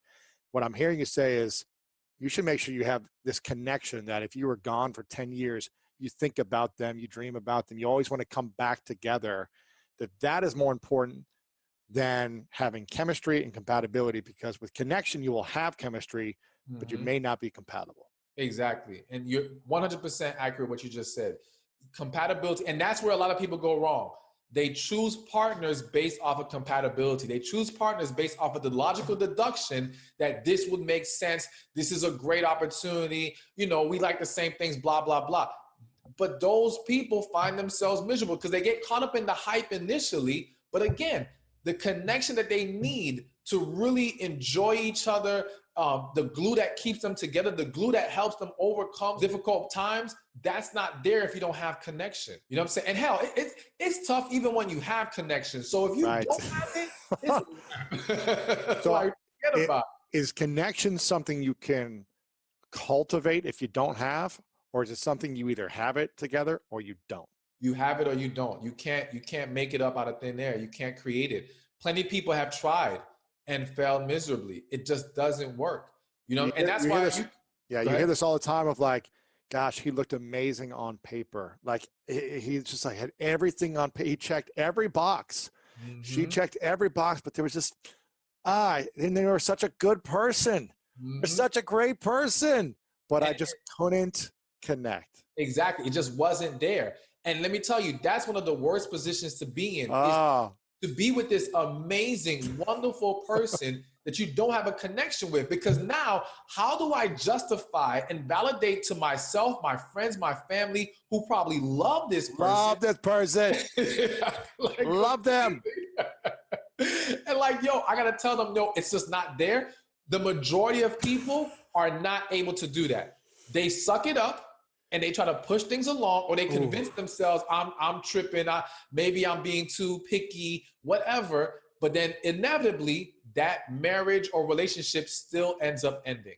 So how do you make it work if you have very low compatibility, high connection and chemistry, but you are in complete different industries, you like complete different things. One person likes to be inside, the other person loves to go on long hikes. And you're just like butting heads about every activity and thing you want, every movie. You don't like the other person's movies. Like, isn't that a strain on the relationship as well? Well, I would argue that when there's a connection, you're not going to butt heads. I feel like, so when people don't have a connection and they're very opposite like that, you're going to have a lot of tension, a lot of butting of heads. All right. When there's a connection, there's a desire to want to share the moments you enjoy with you. There's a desire to, all right, you know what? I may not care for these types of movies, but I love seeing you happy and I want to be around you. So I'm going to try to learn to deal with some of these movies. We're much more willing to make sacrifices, be flexible, and find a compromise when there is a connection there. And I feel like when there's a connection, we don't view the differences as a negative thing. We view it as, wow, they're introducing me to a different world. They're showing me a different side. So, okay, maybe I don't like going out all the time, but now it's good that I have someone who likes to go out because she can pull me or he can pull me out the house more often. But I can also help them slow down a little bit and enjoy peace and being at home. There's a balance that's created that makes it a much more well-rounded relationship. So I think that what you'll find a lot of times in connection is that they're not the most, again, compatible based on society's perceptions of compatibility. People, they have these differences, but they make this full unit. It's like this yin to the yang type of deal. You know, it doesn't have to be the same. Is it possible to find someone with extreme connection, extreme chemistry, and 80% compatibility, where it's like, wow, we like so many of the same things as well? Or are we just more attracted to kind of the opposite attract type of mentality, yin and yang type of balance? I think it is possible to have a strong level of compatibility, but if I'm honest, I do think there is some kind of balance that occurs within relationships with people who have connection. It's not completely down the line, we're just on the same page or like everything the same. I think there is a difference. And I think it kind of goes back to the fact that in nature, there's this polarity that has to occur. It's the same reason why masculine is drawn to feminine, feminine drawn to masculine. You don't find a masculine person wanting another masculine person. All right. Now, when it comes to connection or real serious, healthy relationships, we desire the opposite energy that balances us out. So why is that? Is that just Mother Nature, human nature? Why is that, you think? And I can't say this is 100% accurate, but my belief is that, again, we are not created to be equal. We're created to balance each other out. We're created to come together and have this full unit. Why do my strengths need to be your strengths? How do we become better? If I am a business and I'm going to acquire another company and merge with them, I'm not going to pick the company that does everything the same thing that I do as good. I'm going to pick the company who has a product or a service that's different than mine, or that can enhance mine. And we come together and we're like Voltron and we become stronger together. So in having our differences, we are able to create a stronger whole unit rather than being the exact same. Yeah, I think there was a couple of years ago, Tyson Meat, the meat company, which is a big meat company, chicken and beef and all that stuff. I think they acquired like a couple $100 million worth of Beyond Meat, which is a vegan option. So it's like they are all meat consumption, and they were like, oh, but this is something we don't have, and it's growing in this space. Let's get on board and let's balance out in some ways. Exactly. So I see that as an interesting approach in relationships and an interesting dynamic. I'm curious about sex on the first date and on the first night. We got this incredible explosion of chemistry. Like, we've known each other for years. I can't believe we didn't connect sooner. Is sex on the first day of meeting something that can turn into a successful long-term relationship? Or have you just seen from your research and your experiences with the people you've coached that that's a recipe for disaster? It can definitely turn into a long-term relationship, marriage, successful relationship. I just think that we have to be careful with that mindset. So I remember one time, I think it was an article I wrote, and somebody commented and they said, you know, I've heard of plenty guys, and not to make this only about how guys perceive it, but they had said, I've seen plenty guys not want to move forward with a woman who they had sex with on the first date. I've never seen a guy say, I can't make her my wife because she didn't have sex with me on the first date. You know what I'm saying? So it's like one approach is still safe. It doesn't hurt you. It doesn't hurt you to wait. You're not going to lose anything by being patient before jumping into bed. If anything, you're going to increase your chances of making sure you know what you're getting yourself into. You're confirming there is a connection there. We're on the same page, so on and so forth. But if you move too fast, and God forbid you're wrong, that you perceive this incorrectly, now you have possibly set yourself up for other issues. So again, can it happen? Yes. Especially if two people have a genuine connection. I do not believe that sex on the first date will derail them. Right. However, why not take the better, more likely approach for success, or to be safe? Better to be safe than sorry, and just wait. There's no need to rush for it. Yeah, I like that response where you said you've never, what was it? You've never met a... Yeah, like I won't make her my wife because she didn't have sex with me on the first date. But you've heard plenty of guys say, I don't take her serious because she had sex with me on the first date. Yeah, man. It's interesting because when I met my girlfriend, Jeanette, we met online and we started talking, you know, just via messaging. And then a few weeks later, it turned into a FaceTime. And then it was a FaceTime every day for a few minutes. Then it was FaceTime every day for longer, hours, 2 hours, 3 hours. And then we met about a month after we started connecting. I went into the meeting of like, I'm just going to go and be open to possibilities. Like, who knows what this person's going to be like in person? I don't know. We've had an amazing connection on the phone where it seems like hours were minutes, that type of whole thing. You lose track of time. You can relate in certain ways with each other. And we're both inspired by one another. And then we literally meet, and within minutes, we're kissing, meeting the first time, we're kissing. But I also went into it with like, I'm not going to try anything sexual. Like, if nothing happens, I'm okay, seeing each other for this weekend. And, I just want to go and connect. And I have zero intentions of trying anything further. I went into that mindset. I was like, if I come home from this and we don't even kiss, like, okay, it was an experiment. We're magnets to each other. We started kissing within a few minutes. I kiss her, and she was kind of thrown back, but liked it. And it was like, she didn't want to stop. And within minutes, I kid you not, within 5 minutes, she looks at me, she stops, she looks at me and she goes, "You're mine forever." And I was like, you are a bold woman. I was like, I just got off a plane to see her.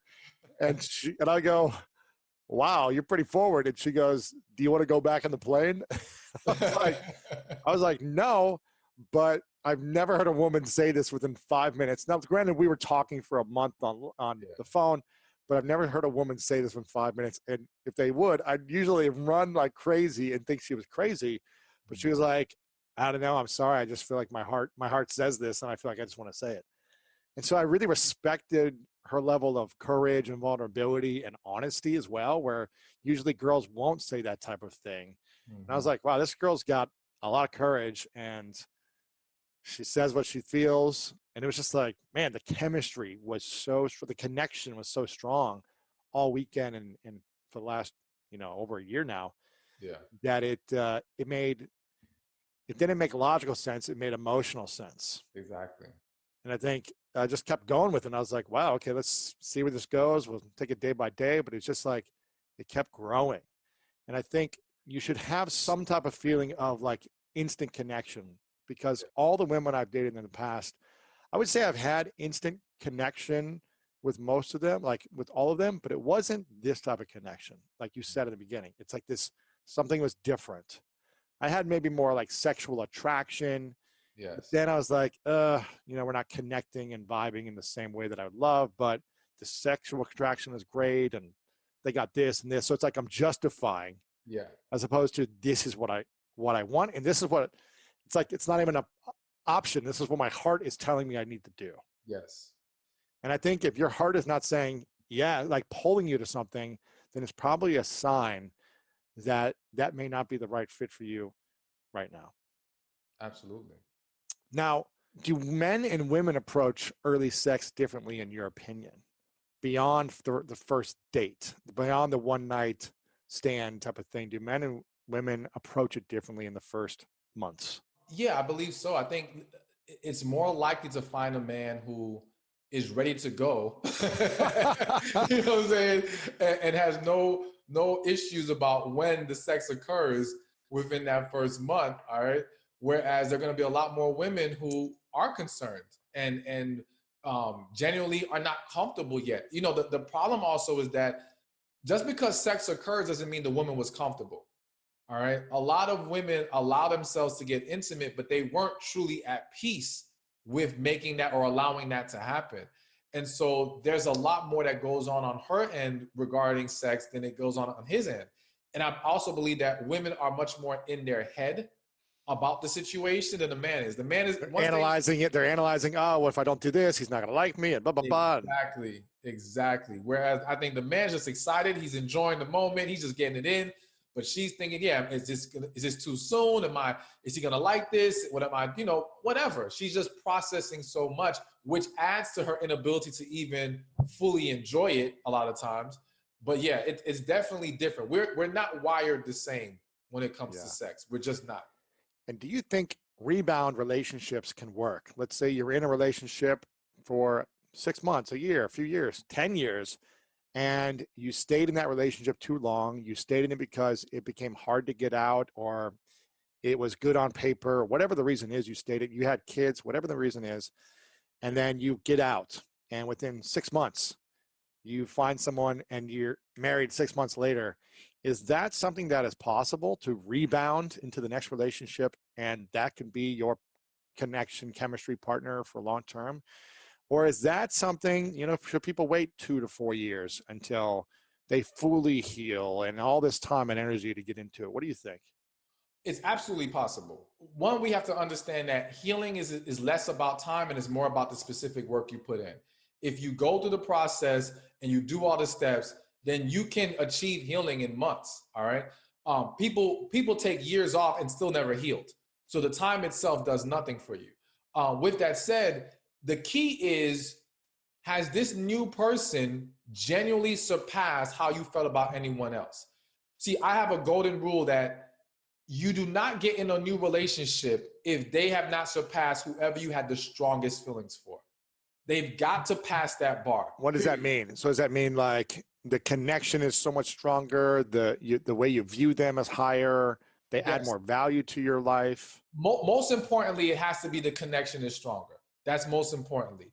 And so if you don't feel as strong as a connection, as strong as a desire, as strong as a draw to them as you did whatever previous person, then you should not enter in that relationship. Because if you do, you will automatically have a void, a gap. Because it's almost like you ate filet mignon and now you go have some Spam. There's a huge gap there, all right? You might be able to survive eating the Spam, all right, because it satisfies your hunger, but you know how much better meat can taste because you had the filet mignon. Yeah, you're not fully nourished. Exactly, and you'll never be fully satisfied because you had that better thing. So it's the same thing for relationships. If you've already experienced this higher level of connection, to go for anything beneath that, you will never be fulfilled and completely happy with it. You might survive for the first couple of years, but at some point the smoke's gonna clear and you're gonna be like, man, what am I doing here?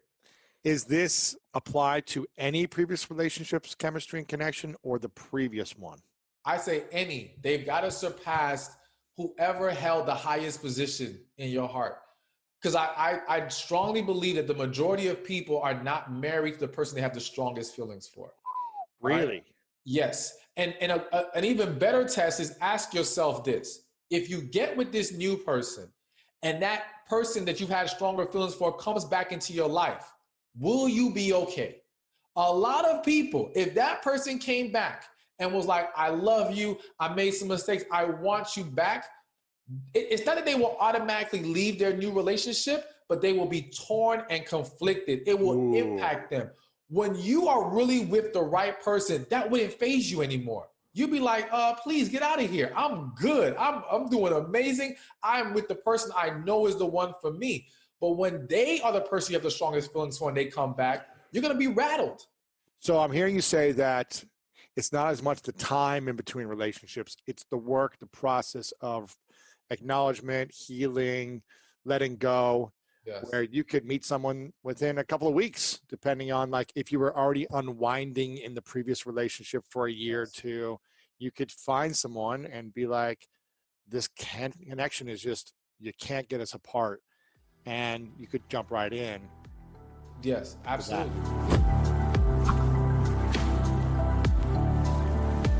Can self-love ever be a bad thing in relationships, or too much self-love in a relationship?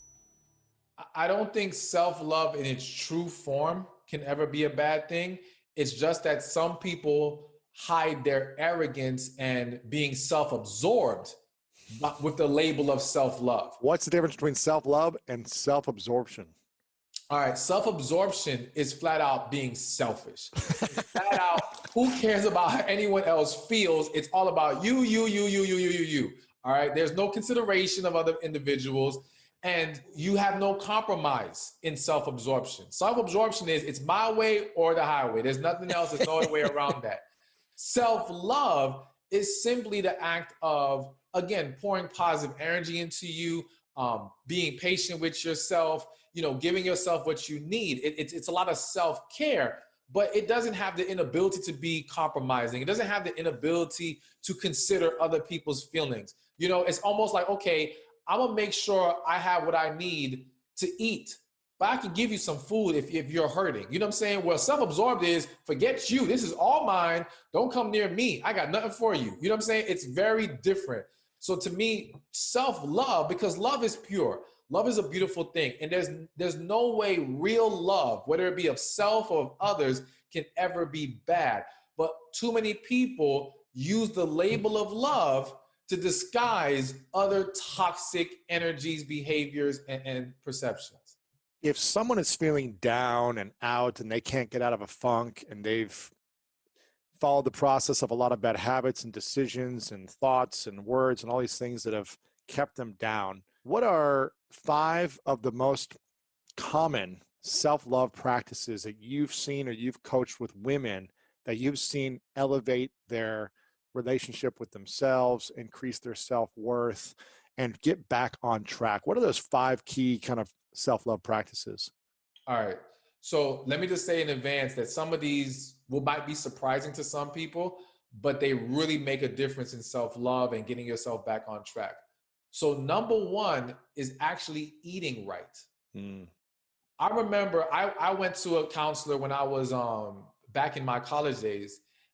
And I remember the counselor telling me, listen, whenever you're going through something, the worst thing you could do is start to eat bad. That ice cream tastes so good, but then makes you feel so bad for the next 24 hours. Exactly. Because now if you're already depressed, out, okay, for that moment that you're eating it, you may feel a little bit better. But the impact that the sugar is going to have on you, that crash you're going to feel, the way it weighs you down, makes you more sluggish, you're only compounding the issue.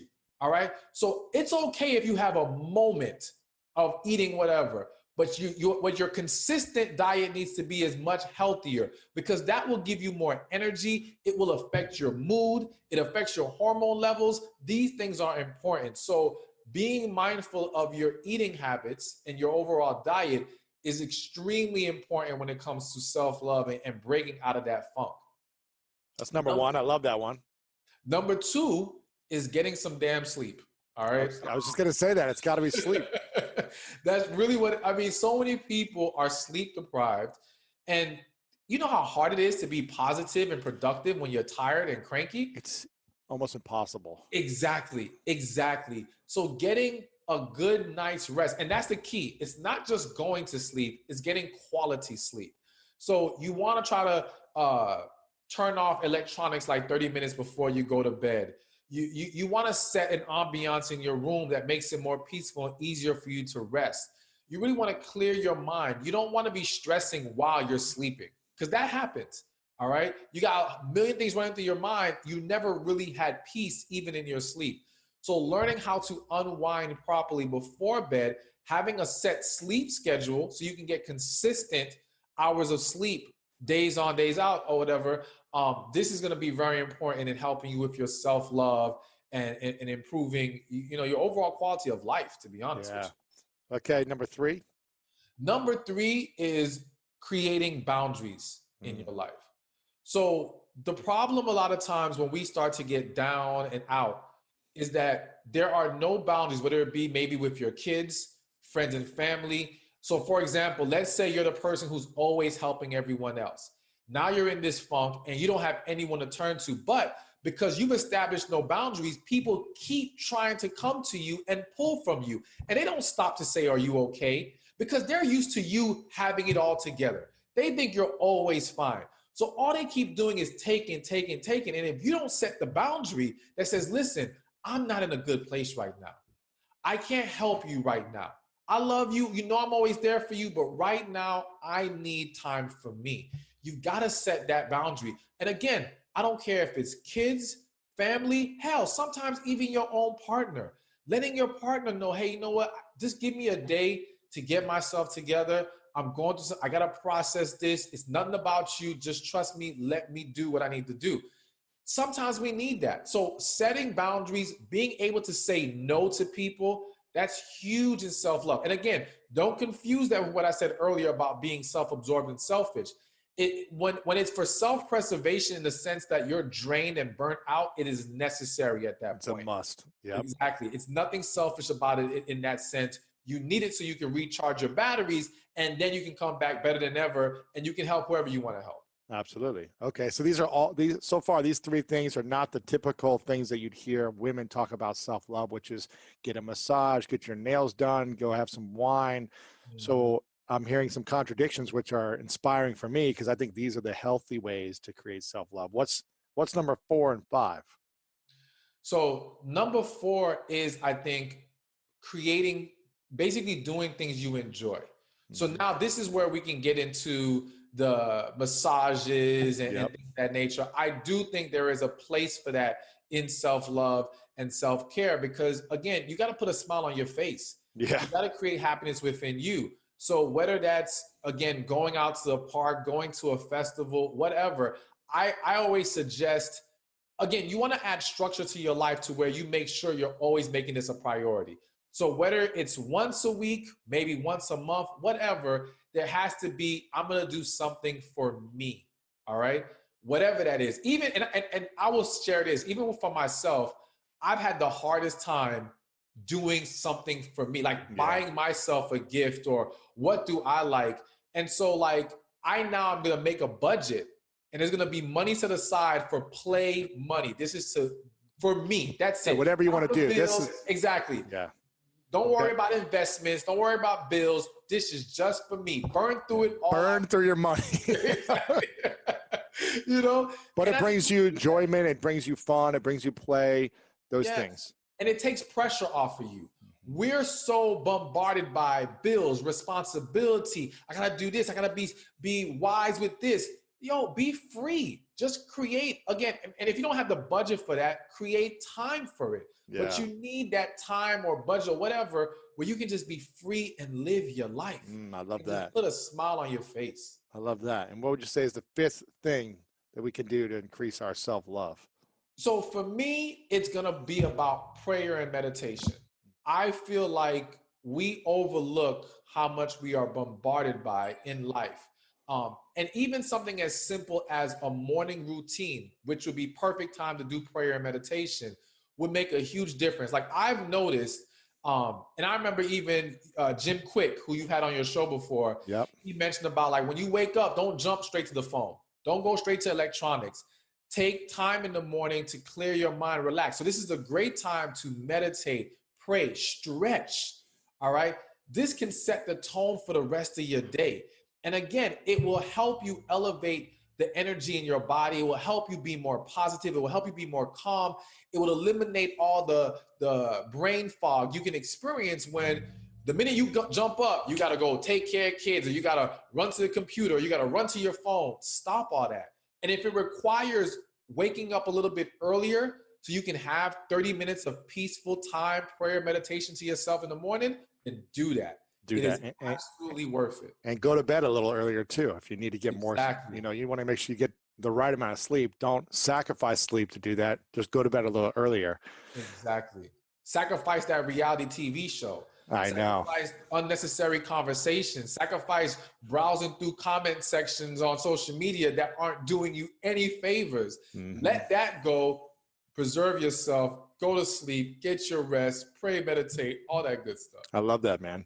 Is there a different way to love yourself versus loving your partner or loving others? No, I think it's all the same. Because again, the foundational principles of love, being patient, kind, loving, compassionate, all these different things, you need to give that to you just as you need to give that to your partner. Just as I want you to tap into your partner's needs, I want you to tap into your needs. You see, it's all the same. It makes no difference because love is love. It is consistent all the way around. So there is no difference in my eyes. When will you know if the relationship is over? Even if you have this incredible connection or chemistry, but for whatever reason, it's too much arguments, it's too much hurt, it's too much pain. When should you know that it's over? When one or both parties isn't willing to do the work necessary to fix it. So if we come to the table and discuss the issues and this person wants to be dismissive, deflect, and does not want to accept what needs to be done, relationship over. It doesn't mean things can't work out later, but there's no point in pushing through right now if that person is not willing to work with you. That doesn't make any sense. Or if you're not willing to put in the necessary work. So if we come to the table and say, we need to both go to therapy if we're going to make this work, and one or both of us is against it, then why are we still trying to have a relationship? Nothing's going to work here. We're going to drag this along, add more damage to the relationship, add more damage to ourselves, and we're still going to inevitably end in disaster. Better to cut the cord now. And if anyone ever has a revelation to where now they realize I'm ready to put in the work, we can have a discussion at that time. Wow. What's the greatest skill an individual can develop before getting into a relationship? And what's the greatest skill they could develop during a relationship to ensure they have a thriving, happy, healthy relationship? Effective communication. And I stress the word effective because people think, well, I talked to them. No, you screamed, you lashed out, you insulted them, you attacked. That's not effective communication. And effective communication is not just expressing yourself, it's learning how to listen, learning how to process and receive what they're saying, learning how to put yourself in their shoes. Too many times we reject what our partner says because we only want to look at it from our angle. We have to put ourselves in their shoes for a moment and feel what they're feeling. I got a real question for you. Okay. What if their shoes are wrong? Well, listen, even if their shoes are wrong, we have to understand.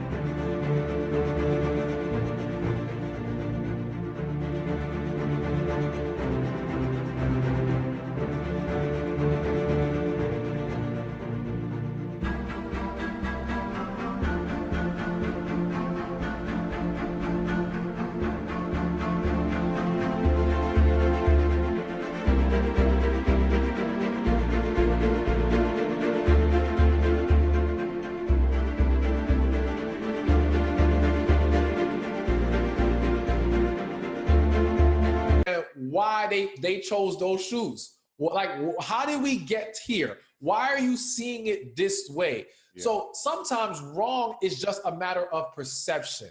All right. So for example, and I mentioned this on the last episode we had, where there was the guy, he had a girlfriend. They went to his parents' house for a weekend, and he didn't have any towels laid out for her when it was time to go to bed. And she blew up on him because she said, you're never considerate of me. You never think of me. And he's like, damn, it's just a towel. Well, what's the problem? Okay. Right. Now, in that moment, to him, she's being wrong. But she's wrong to him because your perception is it's about the towel. It's not about the towel. Listen to what she said. You never consider me. So now, why do you feel like I never consider you?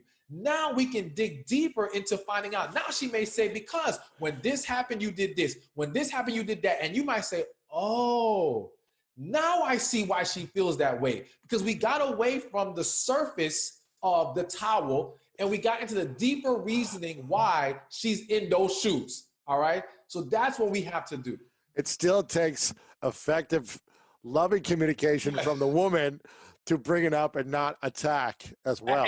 Yes, and that's why I said that's the key. We have to learn how to express ourselves in a calm, loving manner. The minute you attack someone, they will defend themselves.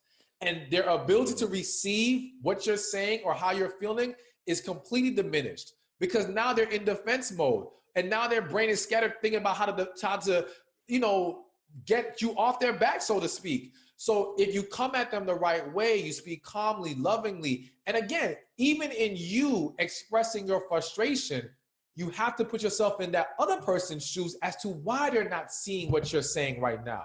Because now when you understand they don't get it because of X, Y, Z, I can adjust the way I'm delivering this message, or I can give you an example that helps you understand it. Like me as a speaker, I believe one of the reasons why I'm successful is because I'm able to give analogies and examples that can connect with that person who may not understand this if I just spoke it in psychological terms or whatever the case may be. And so you have to learn how to bring the conversation to them, not just expecting them to take it as you want to give it. Yeah, and also think to yourself, would you like it if my partner was doing this to me, just coming at me for something that may seem small to them or seem small to me, but it's really about a bigger problem. Exactly. So don't come at someone unless you want them to come at you in the same way, and you'll be fine with it. Absolutely. Are these principles in romantic partnerships, can you apply some of these same principles in family member relationships, friends, colleagues, business relationships, or do different relationships need to be treated differently? No, it's again, it's all the same. The difference between romantic relationship and the other relationships is that one, we're physically attracted to each other. All right. Physical attraction is like the main ingredient that takes us from being friends to being wanting to be lovers. But the core principles are the same with communication, expressing yourself in a loving, positive manner, putting yourself in their shoes. All of that stuff is the same. Even in business, if you want to build better business relationships, you got to learn how to listen, effectively communicate. It's no different. Be patient with them. Now, yes, the other difference between romantic relationship and the other ones is that we are fully committed to this person that we're with. Like, I don't have to deal with my family member if I don't want to. I don't have to deal with this friend if I don't want to. But if you're my partner, I have to deal with you. So it's even more important for us to learn how to better engage with each other and get along better and communicate better and all these different things. Where, yes, that level of priority may not be on those other relationships, but the core principles are pretty much the exact same.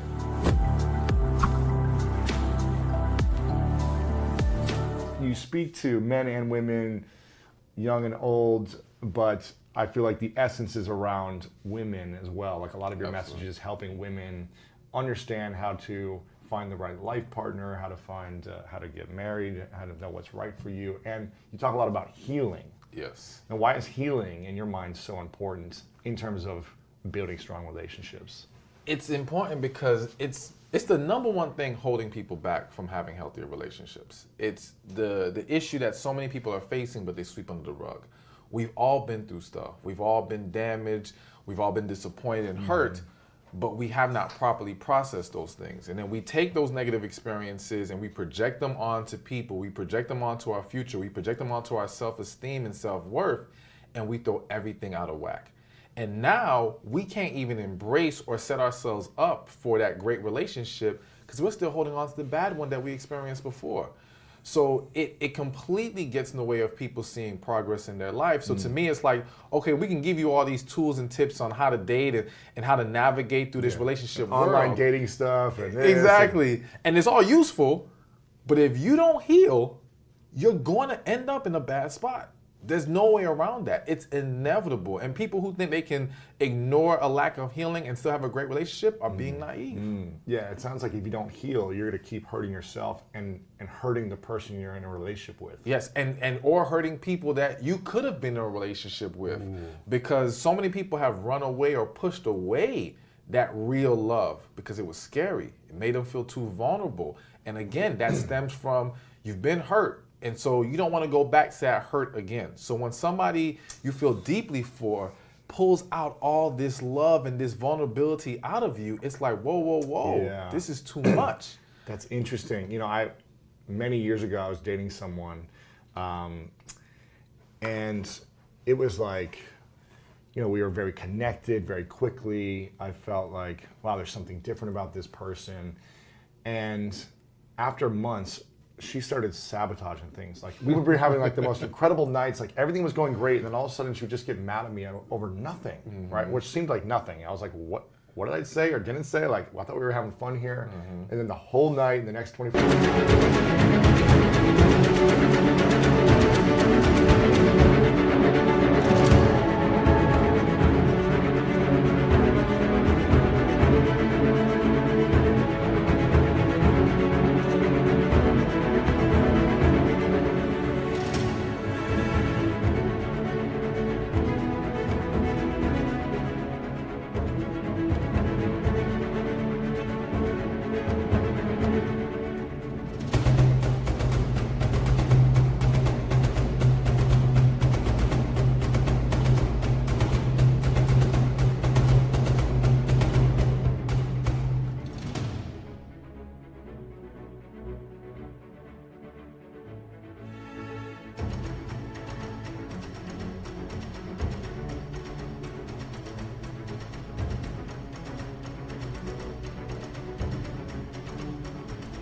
hours would be ruined because she would be upset about something, but wouldn't tell me.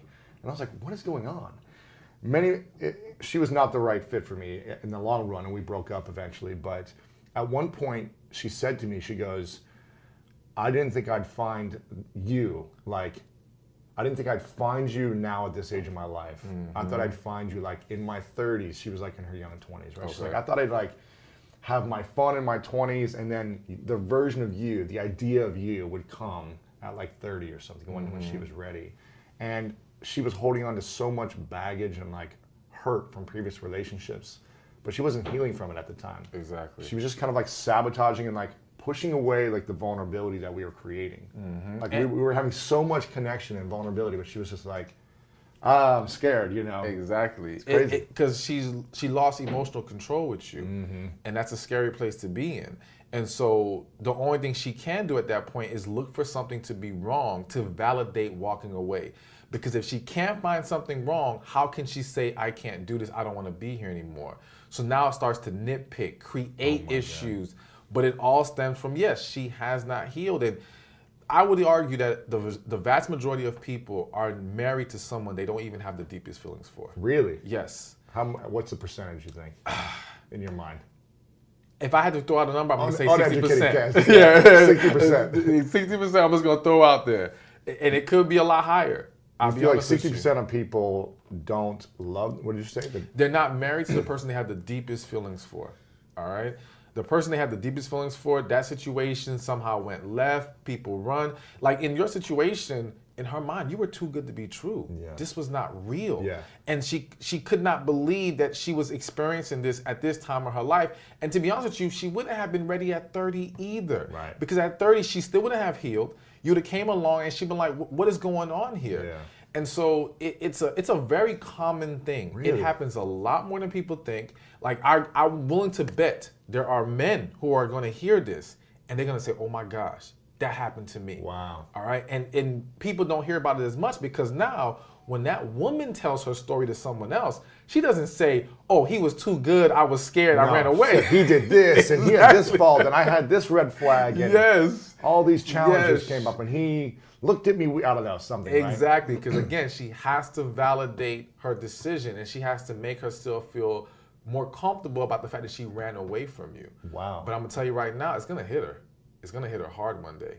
And don't be surprised if one day, I mean, I don't know if she's it's already happened many times. It's happened many times, don't worry. No, we weren't the right fit. It was, it's all good. Okay. And I wish her the best. But yeah, she's tried to come back many times. Yeah, and they always. It's all good. Who do you think runs away more from vulnerability in a relationship that has the potential to be great, men or women? People are going to be shocked, but women, hands down. Why is that?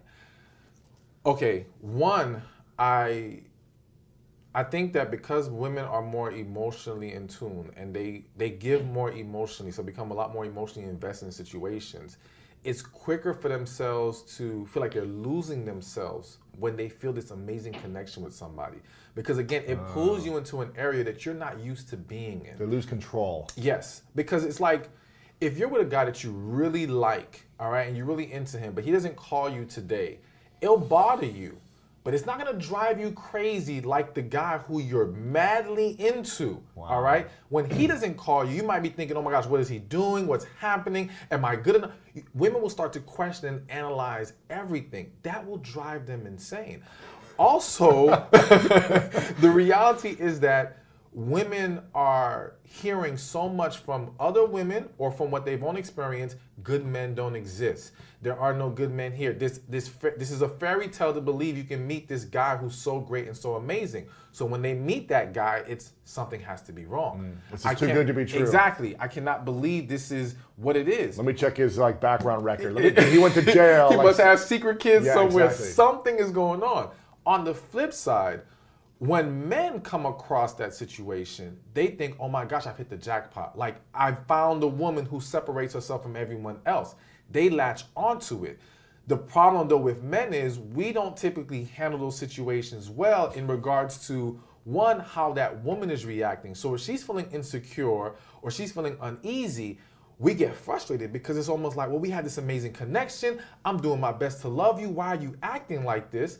So now we may react in a way that fuels her fear. That fear, yeah. Exactly, and creates more problems. So we do contribute to the issue, but we're not quicker to run away. We're quicker to latch on and say, oh my gosh, I want this. This is an opportunity I can't let pass me by. Wow. Where she's thinking, this is not a real. This can't be true. I'm fooling myself. Let me run now before I get hurt even worse later. Before I get too deep in, and then it's hard for me to get out. Exactly. Wow, man. Yeah. Who messes up relationships more? If women tend to run away more, if a man knows how to like manage the runningness away, like who ends up messing up relationships more, men or women, in your experience? That one's hard to say. I'm gonna lean towards men, and only because I feel like men aren't as in tune into what we're doing wrong in the moment. So for example, the other day I had a client came to me, his fiance broke up with him, all right? And he had said that back in earlier this year, they had this argument, and it was over the fact that there weren't towels prepared for her when they were staying at some family's house. Now, she's saying to him in this argument, you don't appreciate me, you don't make me a priority, essentially. And he's saying, why are we arguing about a towel? Right. And I had to explain to him, like, listen, it's not about the towel. Listen to her words. She said, you never appreciate me. Let's explore that. So I think that there's a disconnect a lot of times with guys not understanding what they're overlooking, what they're missing, not truly hearing what the woman is saying, because she's not always very clear and transparent about what's going on, which, yes, is an issue, which does contribute to the problems. But I do think that men, knowingly and unknowingly sometimes, make a lot of mistakes that cause damage to relationships. I don't want to necessarily put more blame on them, but I do think, in general, you're saying, yeah. It happens more on that side. And when did you start to learn about relationships so well? Because right now you're not married, you're not in a relationship. So what gives you this experience of relationship expertise and understanding? So it's a combination of things. One, it was ever since I was a kid, people came to me and told me their life story. Really? Yes. I remember being 13. I met a woman for the first time at a party. At the party, she's telling me how she's been raped, how all these horrific things have happened to her that she's never told anyone else.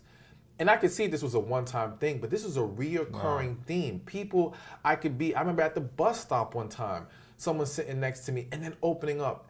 And I never understood why, but what that did was it allowed me to see into people's lives more than the average person does. Therefore, gain a better, more clear understanding of what's really going on. Right.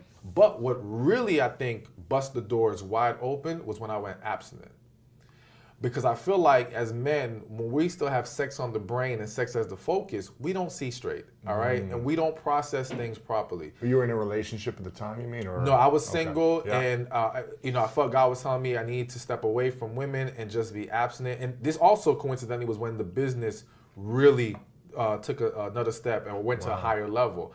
And so it allowed me to refocus, but in not just refocusing purpose and business-wise, I was able to really see things for what they were. I was able to step away from situations and really evaluate, understand, because so much is happening and so much, it's not that we don't know, but sometimes we don't know how to articulate it. We don't know how to process and break it down. Now that I do believe is a natural gift that I've been given. I just know how to express things in a way that people can understand it. And I know how to process things and see beyond what you're showing me. Because a lot of people will act like, I'm happy, I'm good, nothing wrong with me, and I can see right through that. Yeah. All right? So that combination of natural gift, letting God lead me as far as my purpose is concerned, but I do think that being abstinent and really taking my selfish desires out of it. Wow. When did this happen? How old were you? I was what, 27? You've been abstinent since 27? There's been some on and off. I haven't been perfect with it. Sure. But I did go a stretch of 5 years. Wow. And I really think that helped open my eyes to another level and really allow me to see things more clearly. And not just see things more clearly, but also fine-tune how I express things. Because I was the person when I was younger who was very blunt, very bold, just said how I felt, didn't care how you felt about it. And I learned, it's not what you say, it's how you say it. Yeah. And learning how to convey the message in a way that people can actually receive it was something I had to work on as well, especially as I found myself in this position. I never knew I was going to be doing this. Wow. I never saw this as my future, but once I kind of got to that place of accepting it, I realized I had things I had to improve upon and make better so that I can truly help people the way they need to be helped. What's the greatest lesson you learned in a partnership or intimate relationship of yours that you've had? Don't internalize things personally. And what I mean is, a lot of times we react to what they're doing or how they're talking to us or their behavior towards us in that moment, not realizing it's deeper than us in that moment. It's not about us, it's about them. Exactly. Yeah. And if we internalize it and we react to that, we will now make things worse. And we will pile on more negative energy into the situation, and it starts to make things harder to overcome, or it can just break apart the whole relationship. Yeah. So learning to kind of take a step back and really, again, hearing them, not just listening to what they're saying, or not just hearing them, more so listening as far as listen to the key words, listen to what's really going on with them. Take your own emotions out of it. Don't react emotionally to things. And I think that's a lesson for not just romantic relationships, that's for any relationship. Business, family, whatever. Don't be so quick to react emotionally. Allow yourself to process. I always tell people, you know how they say think before you speak, pray before you speak, pray before you react. Allow yourself to just calm your spirit, listen, process, then speak. Because too many times that emotional reaction, it's just adding more fire to the flame. What should be the key things people are looking for in any partner to thrive and maintain a relationship long term in today's society? The first thing that came to mind is connection. All right. I am a firm believer that you can't have an amazing relationship, at least long term, without connection. A lot of people get by on that initial hype. All right, that initial excitement. Oh, they're so wonderful. Their resume is so great, blah, blah, blah. Okay, that's cool, but that's not going to sustain you. Is there something deeper there? Can you two truly be each other, be yourselves with each other? Open up, share your inner thoughts, be emotionally naked with this person. If you can, and you still enjoy their presence, enjoy speaking to them, you feel good when they're around you. Okay, we got something we can work with here. Even if everything's not in perfect alignment, we have the foundation to now grow the relationship. But without that, it's just fluff. Is connection something that's created, or is it just, does it only happen between certain people? It only happens between certain people. Really? It's either there or it's not. And you should know it in the first few minutes, or is it maybe it takes... I won't say you'll know it in the first few minutes. I think it can vary. I think it depends on how spiritually in tuned you are, or how emotionally grounded you are. If you're in a very emotionally healthy place, I do think you're going to recognize it very quickly. All right, but a lot of times you pick up on it, but you're scared to embrace it. You're still rationalizing what's going on here, and we've been programmed to believe it all takes time. So when we see this experience where two people it's like this, they click, and they're feeling these intense feelings right away, everyone else is saying, slow down, this can't be real, or you're jumping the gun. In reality, no. Because in most situations, let's just say, if not in a few minutes, the first date, people know. People know, like, there's potential here or there's not, or this one could be the one or they're not. But we rationalize why we should entertain this and move further, give it a chance, waste our time, and then we find ourselves stuck in situations we don't belong in. And now we try to make it work because we've invested so much, and we don't want to now admit that we were wrong or we wasted our time, we're lonely. Various reasons cause us to hang on to situations we don't belong in. But we knew from the beginning.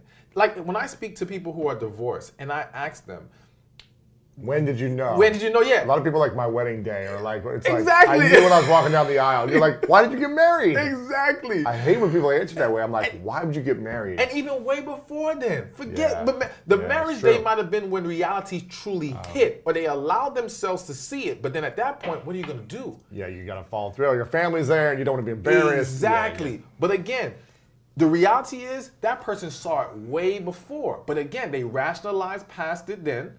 And now they found themselves in this more difficult position, and they can't do anything about it. And then they get a divorce a year or two later. They 10 years, 25 years later. I know, listen, I know one couple who were married for 25 years. After they got divorced, everyone was against it because on the outside looking in, they looked like this great couple, all right? But they were miserable, all right, behind closed doors. Well, the wife let me read a letter that the husband wrote her before they got married. No way. I read this letter, and the first thing I say is, why did you ever get married? It was clear as day in this letter that you guys should not have taken that step. What did it say generally? It was just in general calling out all these different issues and problems. It was a clear disconnect between the two. And once I started to learn the real story, you saw that they did not have that deep connection. They were two people who did not fit together. And what they lacked was the other thing I was going to bring up as far as what people need is balance. All right. I think too many times we're fixated on equality and not enough on balance. What's the difference? The difference is this. Equality is almost like, all right, LeBron and Dwayne Wade joined together. They both are alpha males of their team. They're both superstars. They both can shoot. There's some level of equality there. But you know what? They could not win a championship until one decided who's going to be the main person here. It wasn't about equality. It was about balance. It was about complementing each other, learning how to work together. D-Wade or the rest of the team being able to do the things that LeBron can't do everything on his team. He needs the right players around him. So it's the same thing in relationships. It's not about they have to be able to do everything we do. We got to be able to do everything they do. It's about, can we complement each other? Can we balance each other? Can I fit in, or can I have the strengths where you have the weaknesses? All right? And in a way that doesn't conflict. And I believe the conflict part is when you don't have a connection, they will conflict. When there is a connection, that's when you're going to find balance. Because now, when there's a connection, we embrace our differences. You can communicate better. You can say, this is what you're really good at. Why don't you do more of these things and let me do these things? Exactly. And we can find a way to make it a whole unit. Wow. That's how we create amazing relationships. Balance, to me, is the greatest key. Balance and connection, you have those two things, you win. Wow. You know? And if you look at most failed relationships, they lack those two things. Two things, connection and balance. There might be some forced connection, or they've lost the connection because it wasn't really they never had the connection. It was never true. It was like the hype of the connection. It exactly. was like the sexual connection, or the resume of this person, or the idea of this person. Well, it was more so chemistry. Like, chemistry is not connection. All right? Chemistry can be created. All right? And again, so using the whole basketball analogy, a team comes together, you can build chemistry. We can learn how to work together. We can learn how to coexist, so to speak. But that doesn't mean we really like each other at its core, all right? Yeah. There's the difference. So you can have a team where the players learn to play together, but they still hate each other, all right? So they had chemistry. But no connection. But not connection. Exactly. When you have connection in a relationship, that is way more important than chemistry, because the connection will bring the chemistry. We don't got to worry about the chemistry part. When two people have a connection, they learn. It's exactly. Like, And it's a rare thing. Again, we don't experience that with everybody. It's something that happens. It's rare to find someone who can say they've had that deep, genuine connection more than 2 times in their life. If even twice. All right? It's usually once, to be honest with you. Wow. But I'm going to give it 2 times. And yes, there are going to be some people out there that say, well, there's billions of people in this world. It's not about, yes, is it technically possible? Maybe so, but you're not going to come across billions of people in the world. You're only going to come across a certain amount of individuals. And in that group of people, yes, you're only going to find that connection maybe once or twice. And once you get there, like once somebody sets the bar that high in your life, it is very hard to go. Yeah, you have to refine that. Exactly. You're not going to feel comfortable anymore going beneath that. If you do, you're going to find yourself not at peace and very miserable in your relationship. Wow. Connection, balance. Is there anything else, or is those really the main 2 things, and then everything else is figure out? The last thing I'm going to throw in is attraction. And the reason I throw it in is because I feel like in this world, we try to shame people for putting a focus on attraction. And to me, it's not about looks. Looks is about specifically saying you have to look like this, you have to be this tall, you have to have this body shape. I'm not saying looks, I'm saying attraction. We have to be physically drawn to each other. That's the last ingredient that takes a relationship from platonic to romantic. And that's the ingredient that if you remove it, will make a romantic relationship. Friends. Exactly, yeah. Friends, roommates. You got people living together. With no sexual chemistry. Exactly. Because why? The attraction is gone. But if you bring it back into that relationship, see how quickly things change. Wow. That is the ingredient. So we have to be willing to embrace the fact of, yes, attraction is necessary, one, when we first meet each other, and we need that to be more drawn to each other. But then to maintain and sustain that great relationship, we can't make excuses for letting ourselves go. And understand there's a difference between aging and letting yourself go. A lot of people are letting themselves go, making excuses for it. I understand life hits us. It's tougher as we get older, yes, but you got to work to maintain attraction in your relationship. You let that go to the wayside. Become friends. Exactly. And if you want to learn more about mastering relationships, then make sure to check out this video right here. The more you do not tell her the truth about how you're feeling, either she's going to cry now, she's going to cry later. And when she cries later, you've inflicted more pain. I believe as a man, we're going to be one of two men that heal pain or inflict pain. Wow.